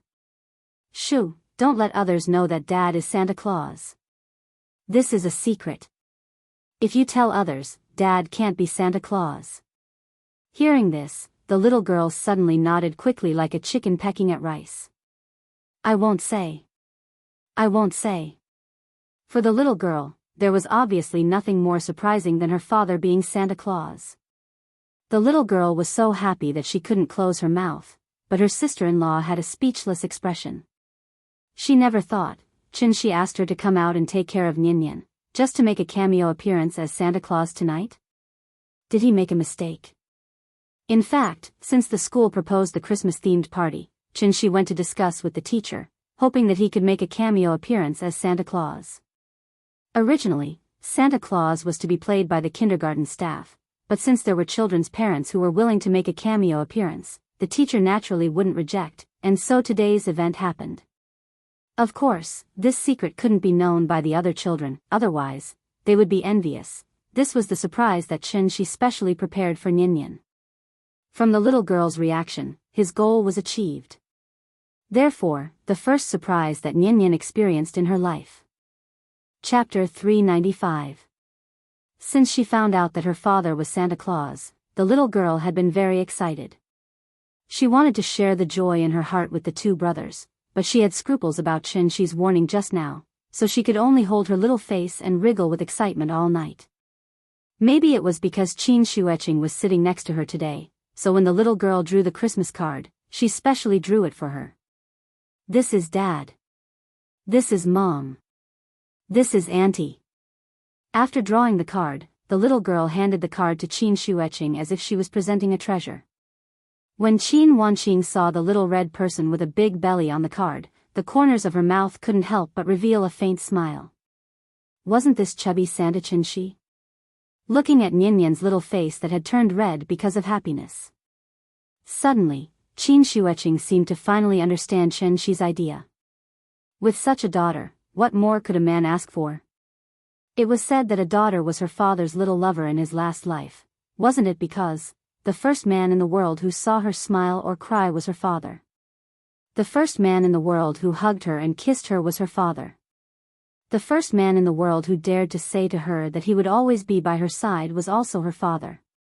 Her father was her daughter's most firm and dependable support, and also the most affectionate and sincere man in the world to her. Only her father would care about her and love her without asking for anything in return. Her father would never be like other men. Yesterday, he kept saying that he loved you, but today, he would stab you with the sharpest knife. In short, no matter what her father did, he always had only one starting point, and that was for the good of his daughter. As for whether his daughter could feel and understand the strong father's love in it, it was obviously another matter. A father's love was like a mountain, and a mother's love was like water. The mountain was high, mighty, and magnificent. The mountain was high, and the scenery was moving. The water was good, and the flow was meticulous. It was trickling, soft, and flowing continuously. This was a Christmas full of joy and joy. After the cards were finished, the teacher asked the children to give the cards to the people they wanted to give them to the most. Some children, under the guidance of their parents, gave the cards to their teachers. Some of the children gave the cards to their parents. Only the little girl did not do so. Instead, she put the greeting card into her small school bag. The teacher noticed her unusual behavior, so he came to her side and gently asked her who she wanted to give the card to. Hearing this, the little girl stared at her with her big eyes and asked in confusion, "Teacher, didn't you say that if we give the patients a card, they will get better faster? Mom is sick. I want to give this card to my mother. That way, Mom will recover faster." After saying that, the little girl patted her school bag like a treasure. It seemed that she had high expectations for this greeting card. She had lied to her that her mother was sick, and the little girl had always kept this matter in her heart. Patients needed more care and attention. This 5-year-old child had already learned how to care for others. Qin Shuiqing fell silent. She gently stroked the little fellow's head, but didn't say a word. Because she finally understood, what exactly was his sister searching for back then? 10,000 Holy Valley was too cold. The stubborn feudal clan rules restricted her thoughts. So all along, she only had one pursuit in her heart. That was to cultivate, and cultivate again. Why cultivate? To ascend. But, wasn't ascension another form of liberation? It was only at this moment that Qin Shuiqing truly saw her own heart clearly. She seemed to be strong and decisive, but in fact, she was much weaker than Qin Ruoying. At least, her sister could violate the clan rules in order to pursue what she wanted, but she could only numb herself by cultivating day and night. Just like what she said, humans had 7 emotions and 6 desires. This was an unavoidable fact. If one extinguished their emotions and desires, would they still be human? Looking at Nyan's innocent and beautiful smile, Qin Shuiqing suddenly felt enlightened. She closed her eyes, and the vital energy in her body suddenly began to flow slowly. Under her influence, a faint breeze suddenly blew through the originally closed doors and windows of the classroom. The wind blew the paper on the picture album on the table, and also gently brushed the faces of all the children. No one noticed that something was wrong with her. This woman with exceptional talent and excellent aptitude. She actually had an epiphany just like that. At this moment, Qin had also changed and returned to the classroom. He noticed that Qin Shuiqing was acting strangely, so he immediately set up a restriction to ensure that her epiphany would not be disturbed by the outside world. "Dad, what's wrong with Auntie? Auntie is tired. Let her rest for a while. She'll be fine soon." "Oh. Then let's speak softly. Don't disturb Auntie." "Good girl, you're sensible." His sister-in-law had an epiphany. After the Christmas party ended, she went home and shut herself in. The secular world tempered her heart, and she took it with equanimity. The world was full of disturbances, and her heart reflected the secular world. She just casually gave some advice, but he didn't expect Qin Shuiqing to understand it completely. She didn't know whether to laugh or cry about this. After all, this question was obviously beyond the scope of the syllabus. Perhaps this was what they meant by, "Flowers planted with the intention do not bloom, but willows planted without the intention do." Ever since she found the Earth Soul, Qin Shuiqing's cultivation level shot up like a rocket. Qin Ruoying had the best resources, but her cultivation progress was still like a tortoise's crawl. There was no obvious improvement at all. Everyone had their own fate. Fortunately, Qin Ruoying was not a narrow-minded person. Otherwise, she would be depressed to death if she saw this situation. December 31st. It was the last day of the year. She waited outside the west wing door, like a father waiting for his child to be born. He paced back and forth in the courtyard, slightly anxious. Suddenly, a strong wave of spirit energy surged out from the west wing. She immediately jumped into the room as if he had been electrocuted. As soon as he entered, he saw Qin Ruoying sitting cross-legged on the bed and looking at him with a yinging smile. Qin Ruoying had finally fully digested the effects of the spirit pill and officially came out of seclusion. "Come, Yingying, let me see if there are any side effects." As Qin spoke, she moved closer to Qin Ruoying with a bashful face. In fact, Qin Ruoying had only broken through to the diviner stage. It wasn't a forced breakthrough, so how could there be any danger? She was taking the opportunity to take advantage of her. Seeing this, Qin Ruoying didn't hesitate. Instead, she offered her red lips and gently pecked Shi's face. Not enough, not enough. You have to do it here too. In your dreams, not kissing? Then I'll kiss you instead. Aya, stop fooling around. Come on, just one, he. They were obviously an old couple, but when the two of them were together, they were still as sweet as before. After a round of lovemaking, Qin Ruoying gently leaned on Shi's shoulder and then chatted with him casually. How has Nian been doing during this time? Very good. She even made you a greeting card. When is the school holiday? Around the middle of next month. So soon. Why don't we take Nian out for a trip when she's on holiday? Oh. Where do you want to go? Anywhere is fine as long as you're with me.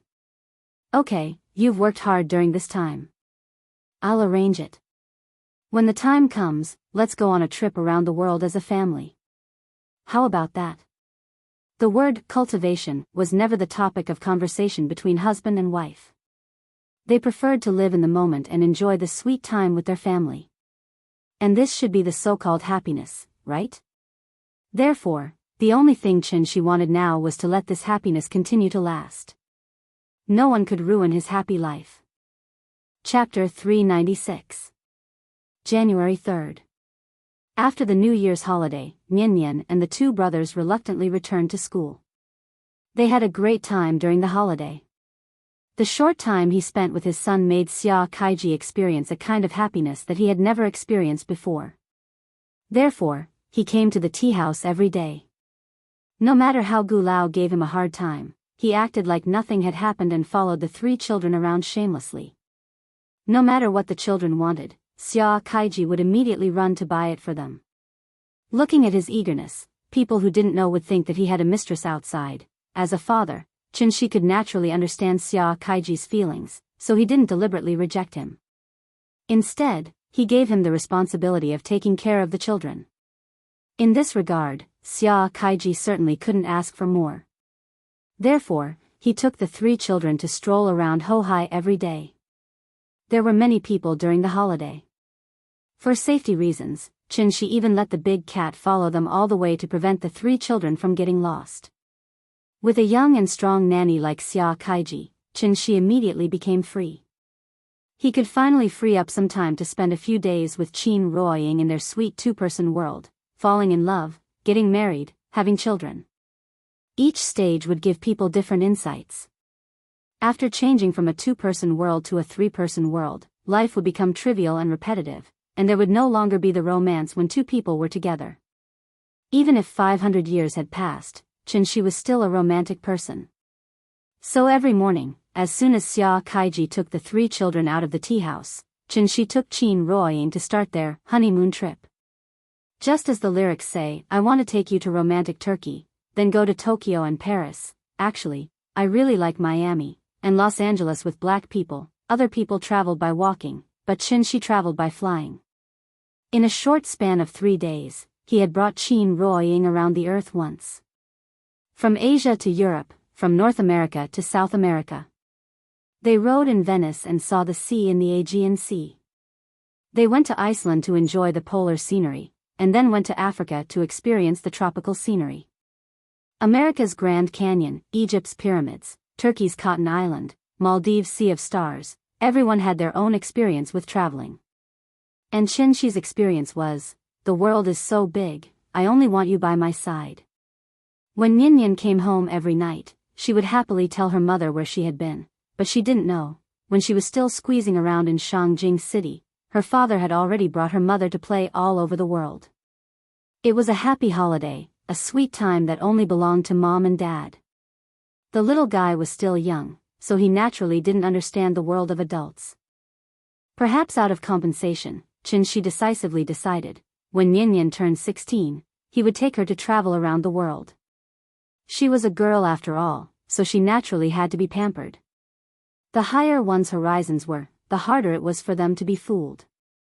In this regard, Qin Shi even had a malicious fantasy. When Nian Nian grew up, if a boy chased her and said that he wanted to take her on a trip, Nian Nian would respond with disdain, "Where are we going? The moon? If it's not the moon, then stop, my dad has already taken me to play all over the world." Thinking of this, Qin Shi's mouth couldn't help but reveal a smug smirk. He really wanted to know, under his wise guidance, who could easily trick Nian Nian away from him. "Humph. How dare you lie to Nian Nian? I'll break your leg for you." The holiday was over, and the days immediately returned to the usual peace. Qin Shi seemed to be idling around all day with nothing to do, but she was secretly playing a big game of chess. The reason why he suddenly took Qin Ruoying on a trip around the world was, on one hand, to enjoy the two of them, and on the other hand, it was completely because of Wushu. As the saying goes, if you don't kill the snake, it will eventually be harmful. After Wushu escaped with serious injuries, Qin Shi did think of looking for him. But in this vast sea of people, where should he go to find him? Wushu was like an injured poisonous snake, hiding in a dark corner of the earth, waiting for an opportunity to strike. The earth was very big. But for cultivators of their level, the earth was still too small. This feeling was like having a poisonous snake at home, but Qin Shi couldn't find it no matter how hard he tried. Qin Shi wasn't afraid of poisonous snakes. But Nian Nian and Ying were afraid. With Wushu's cultivation level, other than Qin Shi, who else could deal with him? It was imperative to get rid of the source of the problem. Therefore, Qin Shi set up restrictions in most areas of the world. These restrictions were equivalent to radars, each covering a range and sensing the fluctuation of spirit energy in the area at all times. As long as Wushu attacked within the range of the restrictions, Qin Shi would be able to detect his location immediately. Of course, if Wushu didn't attack, Qin Shi wouldn't be able to do anything to him. Anyway, let's take it slow, let's see who has more patience. Needless to say, Qin Shi's idea was very good. But he didn't expect this at all. Life always brings unexpected surprises to people. The weather was sunny today, the highest temperature was 6 degrees Celsius. Qin Shi moved a chair to sit in the courtyard, basking in the sun while teaching Qin Ruoying his experience of condensing the core. The so-called cultivation naturally couldn't be achieved overnight. Dual cultivation and whatnot, that was something that only evil cultivators would practice. Qin Shi claimed to be a good youth, so naturally, he wouldn't use this method to forcefully raise Qin Ruoying's cultivation level. It didn't matter if her aptitude was poor, as long as she cultivated slowly, there would be a day when she would break through. Ying, hold your breath and try to gather your vital essence in your energy center. Actually, the process of condensing the core is like forging iron. Only through repeated tempering and hammering can the impurities in the iron block be beaten out, thus making the treasured sword sharper and sturdier. Qin Shi explained in an easy-to-understand way so that Qin Ruoying could understand more easily. After listening to his explanation, Qin Ruoying started to try to refine the primordial core in her body according to his method.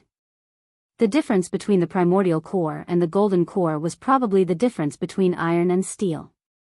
Only after going through a lot of tempering could iron become hard. After all, after repeated forging, it would become steel. After Qin Ruoying entered a meditative state, Qin Shi set up a restriction for her, then sat beside her and observed silently. The situation was not bad.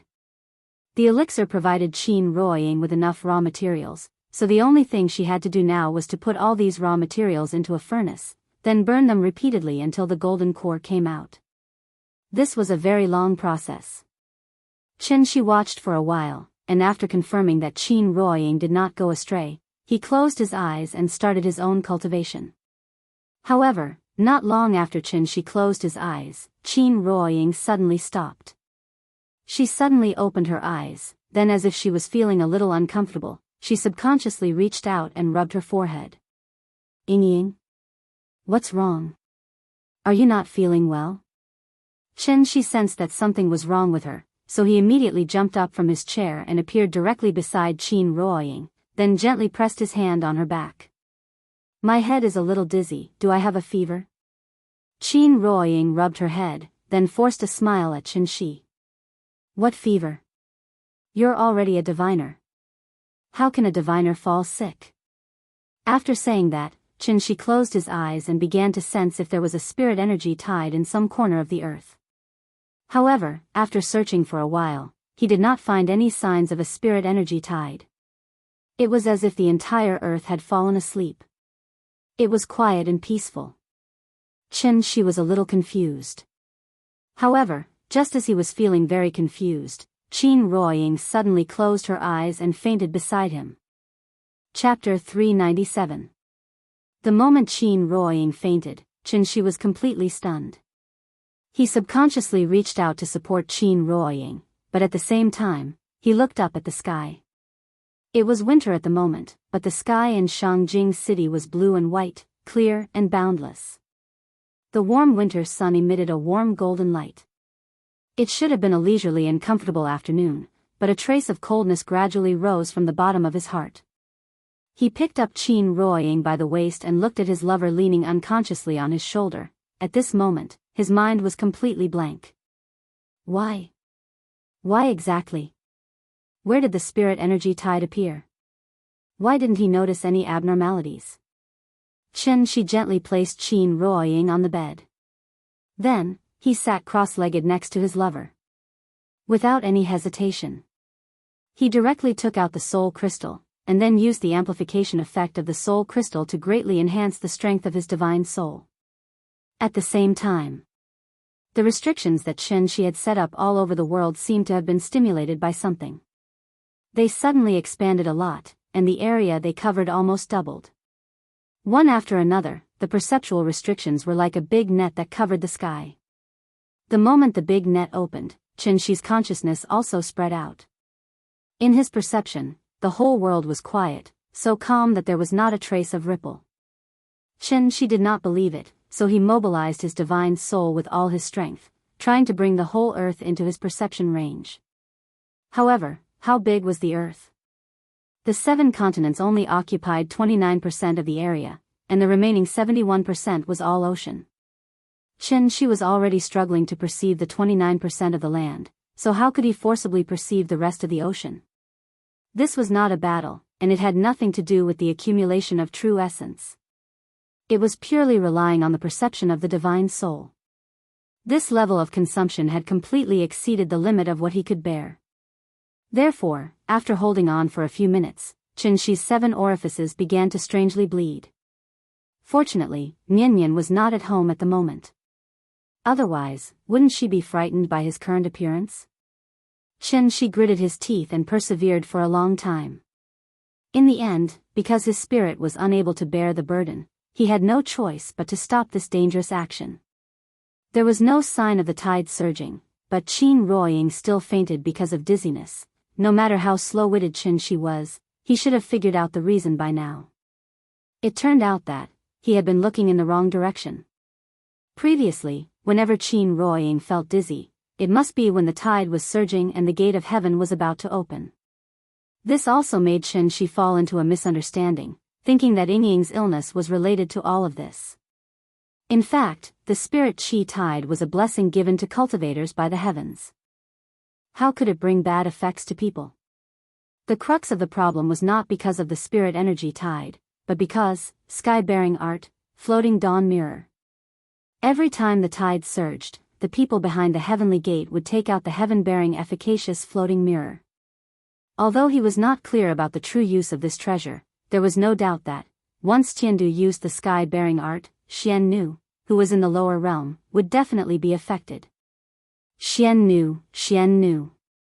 The names sounded good, but in reality, they were just a bunch of pitiful cannon fodder. After thinking through this point, Qin stopped all of his meaningless actions and quietly sat beside Qin Ruoying. He quietly looked at his lover's face, hoping that the first thing she saw when she woke up would be him. Unfortunately, Qin Ruoying did not wake up. It was as if she was asleep. Her breathing was slightly weak, but the frequency was orderly. Qin waited silently. But this time, Qin Ruoying was unconscious for a much longer time than the last time. As the light in the room dimmed bit by bit, it meant that the sun was about to set. Ring, ring, ring. Suddenly, a melodious ringtone sounded. It was Qin's cell phone. At this moment, as if he had just woken up from a dream, he suddenly realized, Nian Nian was out of school. As expected, the moment Qin picked up the phone, the little fellow's sweet voice sounded from the other end of the phone. "Daddy, where are you?" "We're out of school." Daddy was delayed by something. "I'll come pick you up now." "Wait for Daddy for one more minute, okay?" "Okay." After hanging up the phone, Qin lowered his head to look at his lover who was still in a deep sleep. After gently kissing her forehead, Qin's figure suddenly disappeared from the room. When he appeared again, he was already outside the school gate. "Daddy! Daddy! Daddy! Daddy is here to pick me up. Goodbye, teacher." As usual, the moment the little fellow saw Qin, she immediately raised her little hand, stepped forward, and ran towards him excitedly. After Qin picked up the little fellow from the ground, the two brothers who had been following the little fellow finally relaxed and waved goodbye to the little fellow reluctantly. The two of them were now picked up by Xia Kaiji's car every day. Naturally, they did not have to trouble Qin every day. "Daddy. Teacher taught us how to sing today." What song?" "Two tigers." After saying that, the little fellow grinned very proudly. If it was in the past, Qin would definitely accompany her to sing all the way home. However, to the little fellow's disappointment, Qin just nodded casually today, and then there was nothing else. Seeing this, the little fellow was obviously a little unhappy. Just as she was about to flare up, the little fellow suddenly seemed to have thought of something, so she immediately shut her little mouth and quietly lay on Qin's shoulder. The teacher said, "Everyone has a time when they are in a bad mood, even Daddy and Mommy are no exception. Daddy is in a bad mood today, so I won't disturb Daddy." Nian Nian is very sensible. The father and daughter quickly returned home without saying anything. At this time, the little fellow finally knew why Daddy was in a bad mood. Mommy is sick again. Looking at Mommy lying on the bed, the little fellow followed Daddy's usual behavior and carefully covered Mommy with the quilt. After that, the little fellow stopped making a fuss. After eating her dinner obediently, she started to watch cartoons in silence. While watching cartoons, the little fellow would still look back at Daddy and Mommy from time to time. Daddy had been silently staying by Mommy's bedside. Although the cartoon characters on the TV kept making noises, there was a strange silence in the room from beginning to end. Time passed by, and soon it was time for the little fellow to sleep. She was sleepy. However, she did not call Daddy. Instead, she ran to the bathroom, then brought a small stool and tiptoed to turn on the tap. The sudden sound of running water startled Qin. At this time, he finally realized that he had neglected Nian Nian, so he quickly got up to help the little fellow wash up. After washing up, Qin carried her to the bed. The little girl laid down on the bed by herself, and then slipped into the warm blanket like a wisp of smoke. The little fellow covered half of her face with the quilt, only revealing a pair of bright big eyes. Then, she used her big eyes to look at Mommy who was sleeping soundly beside her, then looked at Daddy who was beside her with a cloud of worry. At that moment, the little fellow seemed to have suddenly grown up. She actually hid in the quilt and comforted him in a muffled voice, "Daddy, don't be sad. Mommy will get better." The moment he heard this sentence, Qin's nose twitched, and an indescribable feeling surged in his heart. "Good girl, go to sleep. Daddy knows Mommy will get better. When Mommy gets better, Daddy will take you on a trip, okay?" "Okay." After hearing Qin's words, the little fellow's face suddenly revealed a smile. Then, she suddenly sat up from the bed, leaned over and kissed Qin's face heavily, then obediently lay back down. "Muah. Good night, Daddy. I'm going to sleep." Chapter 398. The little fellow was sensible. In addition to knowing not to cause trouble for Dad, she even learned how to comfort Dad. Therefore, after Nian Nian entered that sweet dreamland, Qin let out a soft sigh in this dark room. "Dad, don't be sad, Mom will get better." The little fellow had already fallen asleep, but her words kept echoing in Qin's ears. Qin silently savored this sentence. After a long time, he was like the prince who kissed Snow White in the fairy tale, kissing the little fellow and Qin Ruoying's face one by one, then got up and left the room. As soon as he opened the door, a cold wind mixed with snowflakes suddenly hit his face. It started to snow in Shangjing City again.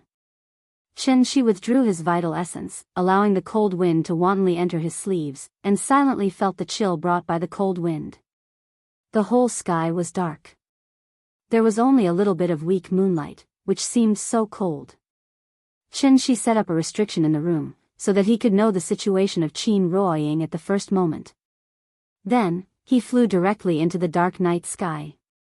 He flew very fast, and in the blink of an eye, he had already flown out of Huaxia and arrived above the Pacific Ocean. And the destination of his trip, obviously, it was the waterless cave located in the deep sea. Deep in the cave, Bai Hong and Qing Wan were still like suffering Jesus, hanging high above the cave by Chen Shi. Chen Shi didn't want to kill indiscriminately, so he kept them here. Because of the suppression of the spirit needles and spirit-piercing needles, the injuries of the two people did not get any treatment, but worsened a lot, so they looked very bad. Being in prison was actually a very terrifying thing, especially this kind of cage that was similar to a small dark room. Unable to see the sun, unable to communicate with people, in this cramped and oppressive space, the most frightening and tormenting thing was, it was actually loneliness. Qing Wan's injuries were more serious, so she could only be awake for about 2 or 3 hours a day, and at other times, she was in a self-protective coma. Chen Shi came at the right time today, just when Qing Wan was awake. Bai Hong and Qing Wan were talking in a low voice. As soon as they heard the movement caused by Chen Shi flying out of the cold pool, a trace of fear flashed across their faces. Yes, Divine General Tiandu was also afraid. After a long period of confinement, they had developed a fear of Chen Shi. They were not afraid of death, but they were afraid of this endless loneliness. Come. Kill me. Kill me. The moment Chen Shi appeared, Qing Wan was like an enraged beast, crazily roaring at Chen Shi. As he roared, he spat at Chen Shi in an attempt to infuriate Chen Shi so that she would kill him. Do you want to die so much? Then I to you, Qing to Tiandu to Tiandu to be to kill to Tiandu to die to be killed. Then, a stream of qi like a heavy hammer smashed into Qing Wan's chest. Qing Wan was already injured, and after suffering such a heavy blow, she immediately spat out a large mouthful of blood. She could only hang her head weakly, and it seemed that she had lost half of her life. Stop. You're going to kill him like this. Seeing this, Bai Hong could not help but be anxious. Although she also had the idea of dying early and being free, it was just a thought. Even ants craved for life, not to mention them, the divine generals. Bai Hong did not want to die, and was even more unwilling to see Qing Wan die in front of her. Chen Shi would not come for no reason. Today, he suddenly came. There must be something to ask. Therefore, after a strong struggle in her mind, Bai Hong asked in a tone that was close to begging for mercy, "What do you want to know?" As long as it does not involve the core of Tiandu, I can tell you without reservation. Is that so? Hearing this, Chen Shi smiled with satisfaction. But that smile, it looked a little cold. I want to know everything about the sky-bearing technique and floating dawn mirror. Can you tell me? As he spoke, Chen Shi slowly rose from the ground, and then flew straight to Qing Wan. He was obviously talking to Bai Hong, but he used his qi to lift Qing Wan's head, and began to size up this poor divine general who was covered in wounds. Bai Hong of course understood what Chen Shi meant. If she kept silent, Chen Shi would obviously use the soul-sucking technique on Qing Wan. Seeing this, Bai Hong replied rather straightforwardly, "Sky-bearing technique and floating dawn mirror? No problem, I can tell you, that is the treasure left behind by the divine ancestor. We now call it, soul mirror." Soul mirror? Chen Shi repeated this name, then frowned and asked, "What is its use?" Hearing this, Bai Hong immediately answered honestly, "The 5 great temples and the 13 soul-gathering cauldrons are all related to the soul mirror. Simply put, you can see it as the key to open the gate of heaven. Don't blame me for not telling you. Although the soul mirror is a treasure, it has no practical use. Apart from when it is needed to open the gate of heaven, it can only be placed in the imperial hall as a decoration. Bai Hong thought that Qin Shi was after the divine ancestor's treasure, so she couldn't help but remind him. However, after hearing this, Qin Shi continued to ask, if I were to ascend from the lower realm and enter the gate of heaven, where would I appear? Where is the Imperial Hall? Who is usually in charge of the soul mirror? What is this person's cultivation? Are there any other defensive arrangements around it? Bai Hong was stunned by Qin Shi's series of questions. He stared blankly at Qin Shi for a long while before saying in shock, "You're actually thinking about the soul mirror?" Qin Shi roared impatiently, "Answer my question." Bai Hong was really scared. Looking at Qin Shi's attitude, he really wanted to go to the Imperial Hall to snatch the soul mirror? What kind of place was the Imperial Hall? That was the core of the divine capital, equivalent to the Emperor's throne room. Are you crazy? Bai Hong looked at Qin Shi speechlessly. At this moment, Qin Shi looked like a bloodthirsty gambler. Seeing that Bai Hong was unwilling to answer, he actually pressed his hand on Qing Yuan's head and used the soul-snatching technique. In fact, the soul-snatching technique was not as exaggerated as Qin Shi had said before. This technique had a lot of restrictions. After using it, one could only inquire about some insignificant surface information. If it involved important secrets, the target's soul would automatically hide it, making the caster unable to pry. Since Qing Yuan was a divine general of the divine capital, he obviously had a detailed understanding of the layout of the Imperial Hall. To Qing Yuan, the Imperial Hall was no secret at all. Naturally, it would not be deliberately protected by his soul. Chapter 399. He saw, the moment Qin Shi pressed his palm on Qing Yuan's head, Qing Yuan seemed to have been electrocuted. Her body twitched violently in the unconscious state. Bai Hong was stunned. He never thought that Qin Shi would actually really deal such a vicious blow to Qing Yuan. Stop. At that instant, Bai Hong's eyes were about to split. However, due to the suppression of the soul-setting needle, he could only watch as the Azure One was tortured. Bai Hong struggled with all her might, her eyes flashing with uncontrollable anger. He gnashed his teeth so hard that they creaked, and he looked like a ferocious beast that had lost all reason due to rage. He wished for nothing more than to pounce forward and tear Qin Shi into pieces. But unfortunately, this was just Bai Hong's wishful thinking. Qin Shi was like a cold robot.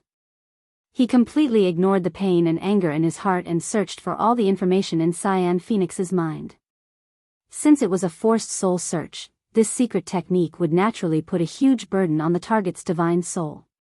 Therefore, it didn't take long before blood began to seep out of the 7 orifices of the green phoenix, just like when Qin Shi forcibly perceived the entire world.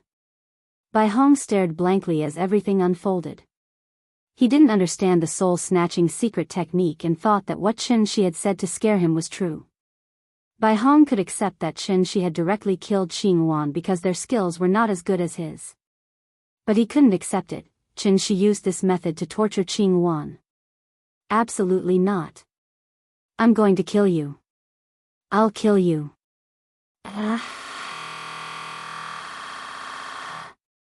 Anger gives strength, as long as it is not mixed with the hesitation and apprehension of the weak.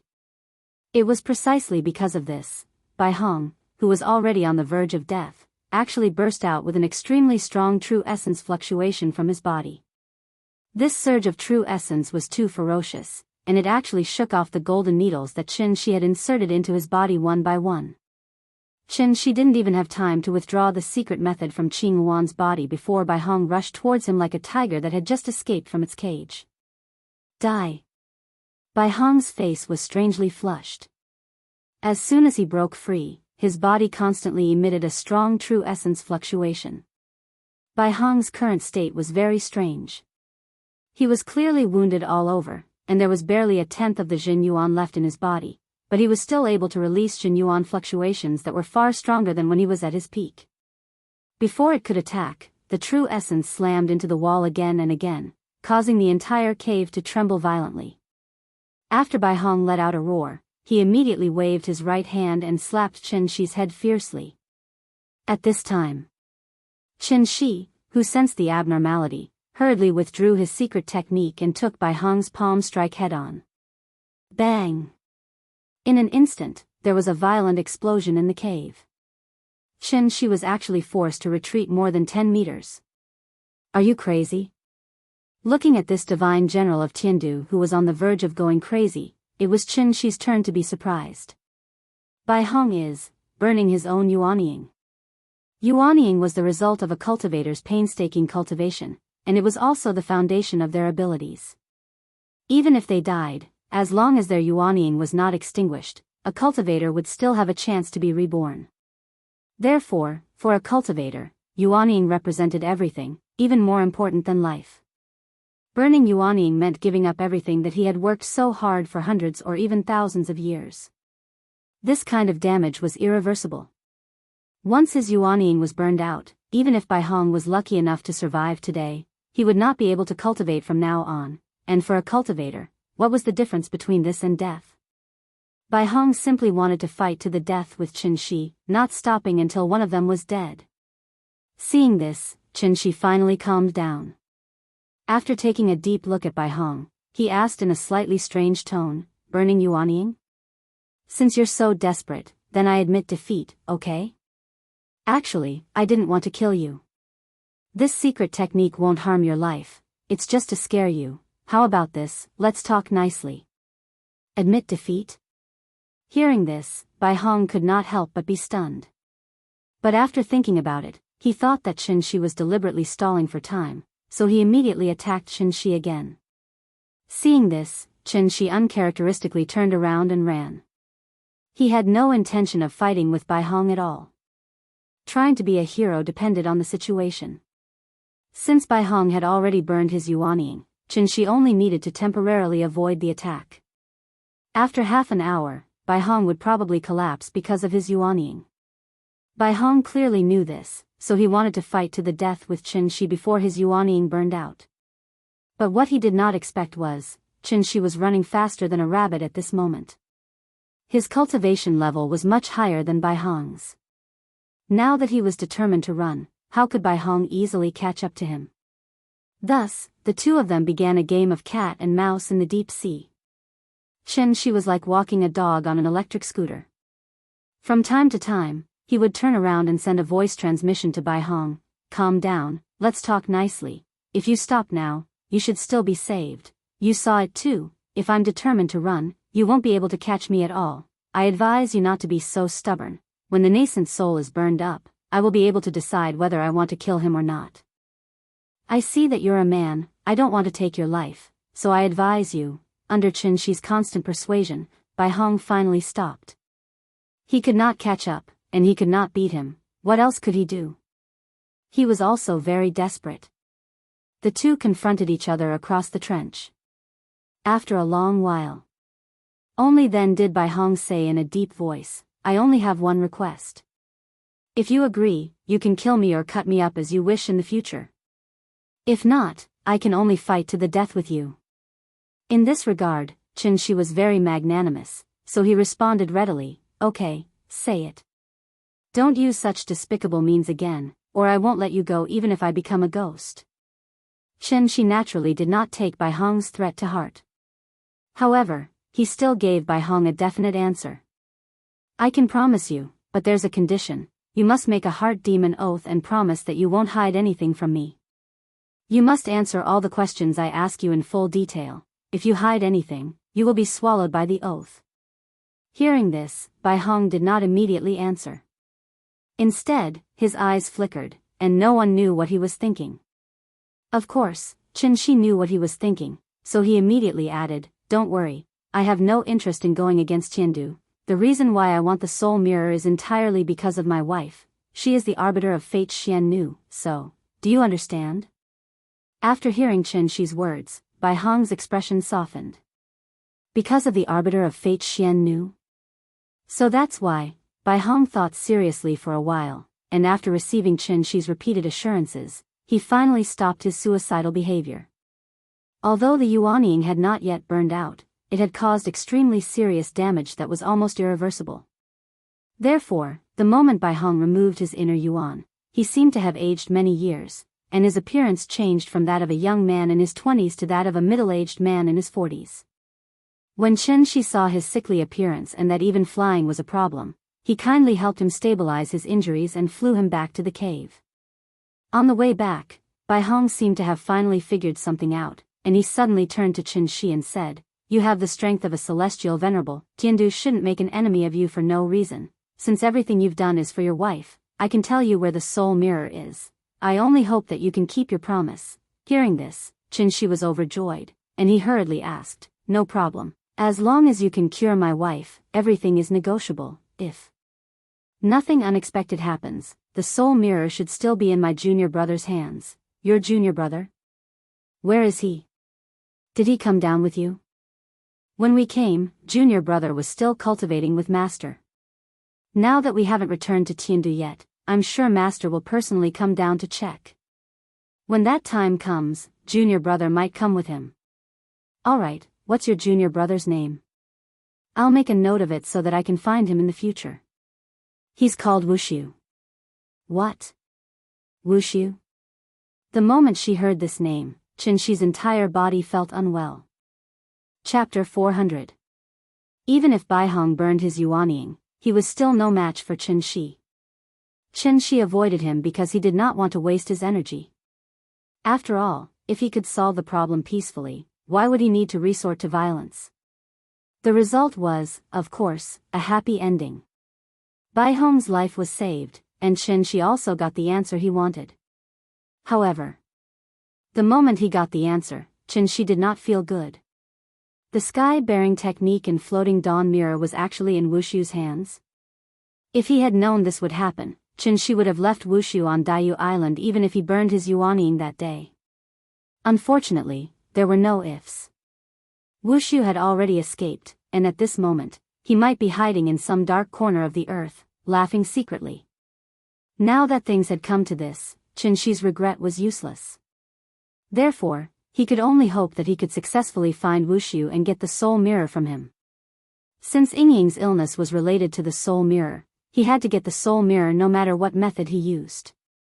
For this reason, Chen Shi even had the dangerous idea of fighting his way to Tiandu. In fact, Chen Shi did not want to be enemies with anyone. Just like what he taught Ninian on a daily basis, we do not cause trouble, but we are definitely not afraid of trouble. And this was also his daily principle. I avoided it only because I had a family. I did not want my family to take any unknown risks. The money, status, and power of the mortal world were meaningless to Chen Shi. Similarly, the rare treasures, cultivation techniques, and elixirs of the cultivation world were also dispensable to Chen Shi. After all, with Nianyan and Yingying, he already had the whole world. Why should he care about these worldly possessions? Chen Shi wanted to avoid the world. Not escape, but avoid.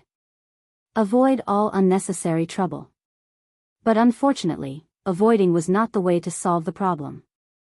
Since the problem had already appeared, Chen Shi could only think of a way to solve it. Fighting was not the only way to solve the problem. If it wasn't necessary, Chen Shi wasn't willing to make enemies everywhere. Therefore, he tried to communicate with Bai Hong, hoping to find another way to solve this problem from Bai Hong. Otherwise, Chen Shi might really have to fight all the way from the Heavenly Gate to the Imperial Extreme Hall. Bai Hong understood the situation. When he learned of Chen Shi's motives, he no longer tried to obstruct him. On the contrary, he hoped that Chen Shi could smoothly obtain the soul mirror and thus resolve the illness plaguing Qin Ruoying, thereby forming a good relationship with Heaven Capital. Didn't Bai Hong resent Chen Shi? Obviously, it was impossible. However, he had no choice but to lower his head under the eaves.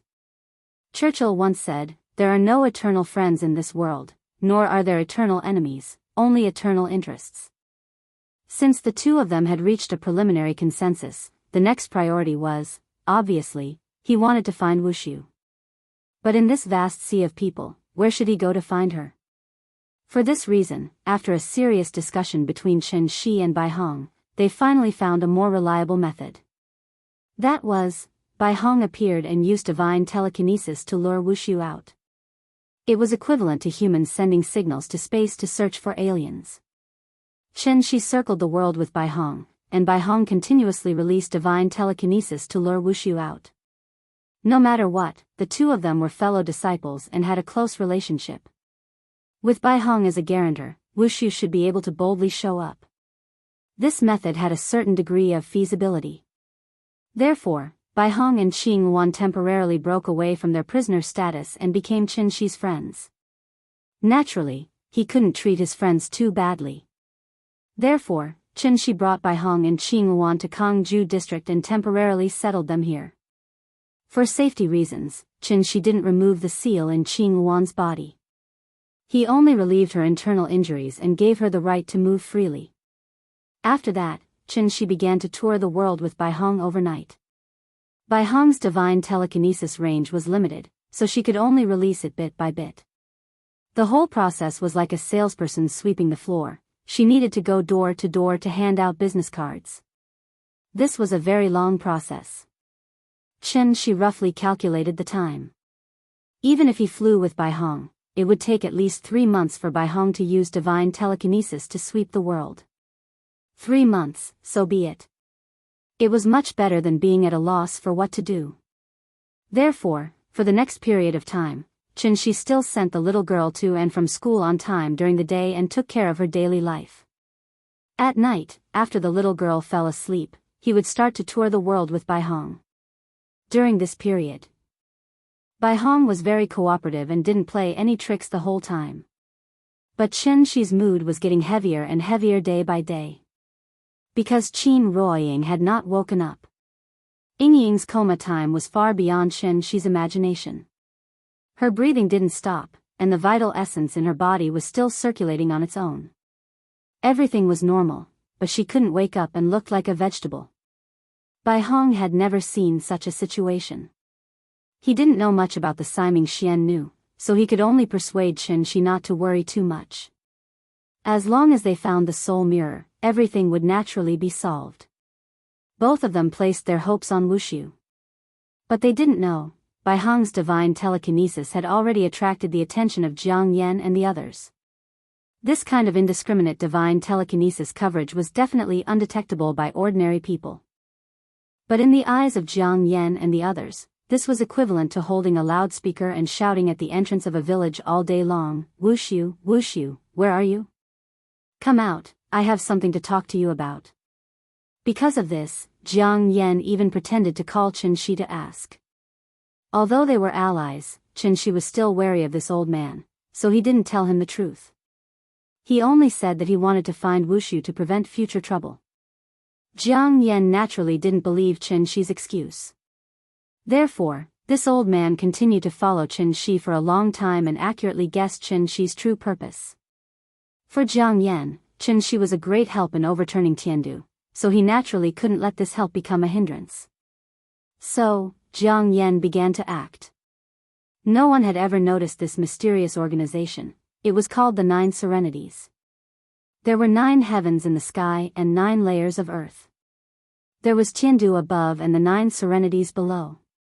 Ever since the divine ancestor led the generals of Tiandu to ascend to the great world, the sinners left behind in the lower realm were full of hatred and formed this mysterious organization. Compared to Tiandu, its strength was too insignificant. After all, they could only watch the spiritual qi dry up and witness the arrival of the end of the world. They used to be high and mighty cultivators, but now they were like maggots in the gutter. Even becoming a diviner required a great opportunity. They could be as humble as dust, but they couldn't be as twisted as maggots. The resentment that had accumulated for thousands of years, it wasn't until the emergence of the first spiritual qi tide that they finally had the opportunity to release it. The generals of Tiandu didn't even know that there was such a reactionary organization in the lower realm. But the people of the 9 Serenities had already made an oath. They only lived to overturn Tiandu and avenge the suffering of thousands of years of repression. The 9 Serenities had begun to plan a long time ago. In addition to constantly sending people to Tiandu as spies, the rest of the people were silently waiting for the opportunity. For this reason, they would rather endure hundreds or even thousands of years of loneliness and torture, just to wait for the right time.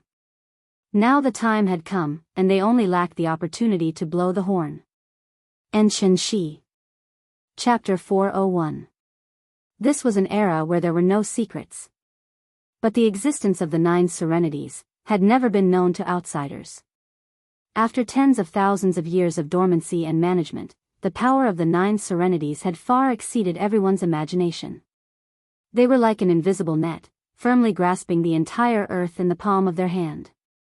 Whether it was the Hua Xia or other countries, from the nobles to the lowly peddlers, no one could escape the control of the 9 serenities. It was a very simple principle. Even the Rothschild family could exist for hundreds of years, let alone a super-large organization composed of immortal cultivators like the 9 serenities.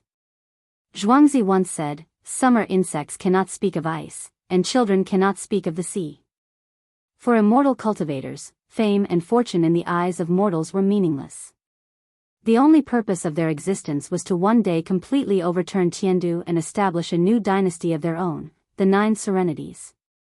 As the spiritual energy of heaven and earth declined day by day, the celestial being almost became a threshold for cultivation. But the inheritance of the 9 serenities was passed down generation after generation. They hid behind the scenes, providing unimaginable help to mortals, and indirectly controlling one dynasty after another in the world. Whether it was the Hua Xia Empire in the east, or the Roman Empire, the Ottoman Empire, or the Macedonian Empire in the west, the 9 serenities never interfered with the rise and fall of human dynasties, but they always put down their chess pieces when necessary.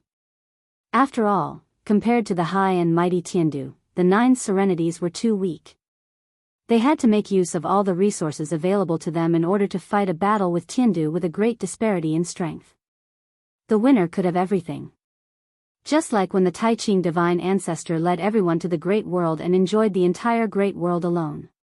The sinners who stayed in the lower realm could only suffer the depletion of spiritual energy and watch their inheritance deteriorate with each generation. That feeling, just like how human civilization degenerated from the universal era to the primitive era, how could the primitive people who stayed on Earth not hold a great grudge against Tiandu? The 9 serenities was a super-large tribe formed by these primitive people. Although the divine ancestor had kindly left the divine gate and gave the descendants of the sinners a chance to ascend. However, the old man seemed to have not thought of a problem at all, and that was, if the descendants of these sinners were able to cultivate to the celestial realm in such simple conditions in the lower realm, then if they were born in the great world, how could their cultivation base stop at the celestial realm? Think about it from another perspective. I spent my entire life cultivating in the lower realm, and it took me 200 years to finally break through to the Deva realm. But when he came to Tiandu, he found that a young man in his 20s or 30s could easily become a celestial. How would the sinners of the lower bound, who had cultivated their entire lives, feel? That was how resentment was born. They could be as humble as dust, but they could not be as twisted as maggots. Such an unfair encounter had already distorted the mentality of the people of the 9 serenities. Finally, the resentment that had accumulated in their hearts for tens of thousands of years was completely ignited with the appearance of the spirit energy tide. With the recovery of spirit qi, the human world will prosper. The 9 serenities would never allow Tiandu to return to the lower realm. Because the lower realm belonged to them. It was precisely because of this, at the same time that Chen Shi led Baihong to search for Wushu, the 9 serenities led by Jiang Yan also began to move. They did not have a soul as powerful as Chen Shi's, but they used a more effective method, which was face recognition. As long as there were cameras and internet coverage, there was no way to escape the detection of a supercomputer. Wushu might not have thought that there would be so many people in the world looking for him. After this period of recuperation, his injuries had more or less healed. However, for safety reasons, Wushu had never left the Arctic Circle. In addition to his daily cultivation and recuperation, this guy would lie on the iceberg, fishing and playing with polar bears. His days were quite comfortable. On this day, January 20th. It had been a full 3 months since they had escaped with the Wushu blood escape. If compared to the time in Tiandu, it was equivalent to 24 months, which was 2 years. Everything was relative, including time. The flow of time in the great world was different from that in the lower realm. 1 year on earth was 8 years in heaven. And this was the fundamental reason why the flow of time in the Goyao Temple was 8 times slower than the outside world. The 5 temples were directly connected to Tiandu, so the flow of time in the temples was not Earth's time, but Tiandu's time. Qin Shi used the Guiyao Temple as a cultivation place before, but he did not figure out the key point. In addition, it was also because of the time difference between the two realms that divine generals of Tiandu were generally unwilling to come to the lower realm. Take Wushu for example, he had only been in the lower realm for 3 months, but 2 years had passed in heaven. What did 2 years mean? Divine generals who were about the same cultivation level as Wushu had probably surpassed him by now. Sailing against the current, one would fall behind if they did not advance. How could Wushu not be depressed? Not only did Qin Shi destroy the 5 temples, but he also King dispersed the spirit energy tide immediately. Without the support of the spirit energy tide, the divine gate could not be opened at all. He had a home, but he could not go back, therefore, Wushu was as depressed as he could be at this moment. When he thought about how he had wasted 2 years in the lower realm, Wushu's mood became particularly bad. He was not in the mood to continue cultivating, so he got up and flew out, ready to stroll around and relax. For safety reasons, Wushu did not fly too far, but came to a human city closest to the North Pole, Longyern City. There was the northernmost bank in the world, the northernmost church in the world, and even a university in the northernmost part of the world. There were about 1,800 people in the town. Because of the polar night, the entire town would be in darkness from November to January every year, and there was not a trace of sunlight at all. The sky here was dark green, and the cold wind was bone-chilling, but the houses were colorful. Because, the 3-month-long night made this small town the most romantic place in the world. Wushu soon arrived at Longyern City. As soon as he walked into the town, he was deeply fascinated by the colorful houses and the colorful neon lights in front of him. Therefore, Wushu walked directly into the bar with the most people almost without any hesitation. In terms of combat power, ordinary people were no different from ants in the eyes of immortal cultivators. But in terms of playfulness, 10,000 immortal cultivators might not be as good as one ordinary person. Maybe because he had been lonely for a long time, when Wushu came to such a lively place, he could not help but be affected by the atmosphere in the bar. Therefore, he did not even think about it, and directly removed the breath concealment technique, then sat at the bar like an ordinary customer and drank leisurely. From beginning to end, he did not realize that the thing that kept flashing red on the bar was called. Chapter 402. There was no day in Longyern City, only 24 hours of night. This was a pure land located in the far north, the only city in the world where death was illegal. But today, this pure land was destined to be dyed red with blood. Under the long polar night, Longyern City was filled with a romantic atmosphere. This was the best time for the town's bar business. The bar music was turned up to the maximum, almost deafening people's ears. Tourists from all over the world were affected by the atmosphere and started to dance crazily on the dance floor. The air was filled with the smell of hormones. A coldly dressed woman mixed in with the crowd of men, laughing and joking. She used flirtatious words to tease the men who couldn't control themselves. When the man wanted to take a step further, the woman was like a slippery loach, running to another target. The woman shuttled back and forth in the crowd. Suddenly, she saw the Asian man sitting by the bar. This man was very strange. He was only wearing a strange long robe and a thin layer of clothing. The woman guessed which country's traditional clothing was from, and her interest was piqued little by little. Since he was used to eating Western food, it would be a good experience to change his tastes once in a while. The woman treated this man as her prey tonight, and sat directly next to him. There were no blondes in Tiandu. Therefore, Wushu couldn't help but raise his eyebrows slightly when he sensed the woman approaching him. Interesting. Even though they didn't speak the same language, the woman's ambiguous aura floated into Wushu's eyes. If it was in the past, Wushu definitely wouldn't have any interest in this kind of ant-like existence. But today was different, he was here to relax. Therefore, Wushu imitated the others and pulled the woman into his arms. The woman smiled proudly, as if she was very satisfied with her charm. However, just as the woman was about to offer her red lips and have a beautiful encounter with this mysterious Asian man, Wushu's figure mysteriously disappeared from her side. The woman was stunned for a few seconds before she let out a heart-wrenching scream. At the same time, Wushu's figure suddenly appeared above the town. It was snowing heavily outside the house, and the cold wind was bone-chilling. The visibility was less than 10 meters, but Wushu's line of sight was firmly fixed on the southeast direction. There was an extremely powerful Jin Yuan fluctuation at that location, and Wushu also sensed a trace of hostility from this wave. It was obvious that they were here for him. Seeing this, Wushu did not cower.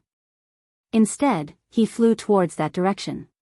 This was a huge iceberg that had not melted for 10,000 years. It floated on the Arctic Ocean, moving slowly with the waves. Before Wushu got close, he saw a man standing on the peak of the ice mountain with his hands behind his back. Because they had already fought before, the moment Wushu saw Jiang Yan, he couldn't help but reveal a trace of surprise. This old thief, could it be that he was tired of living and came here to seek death?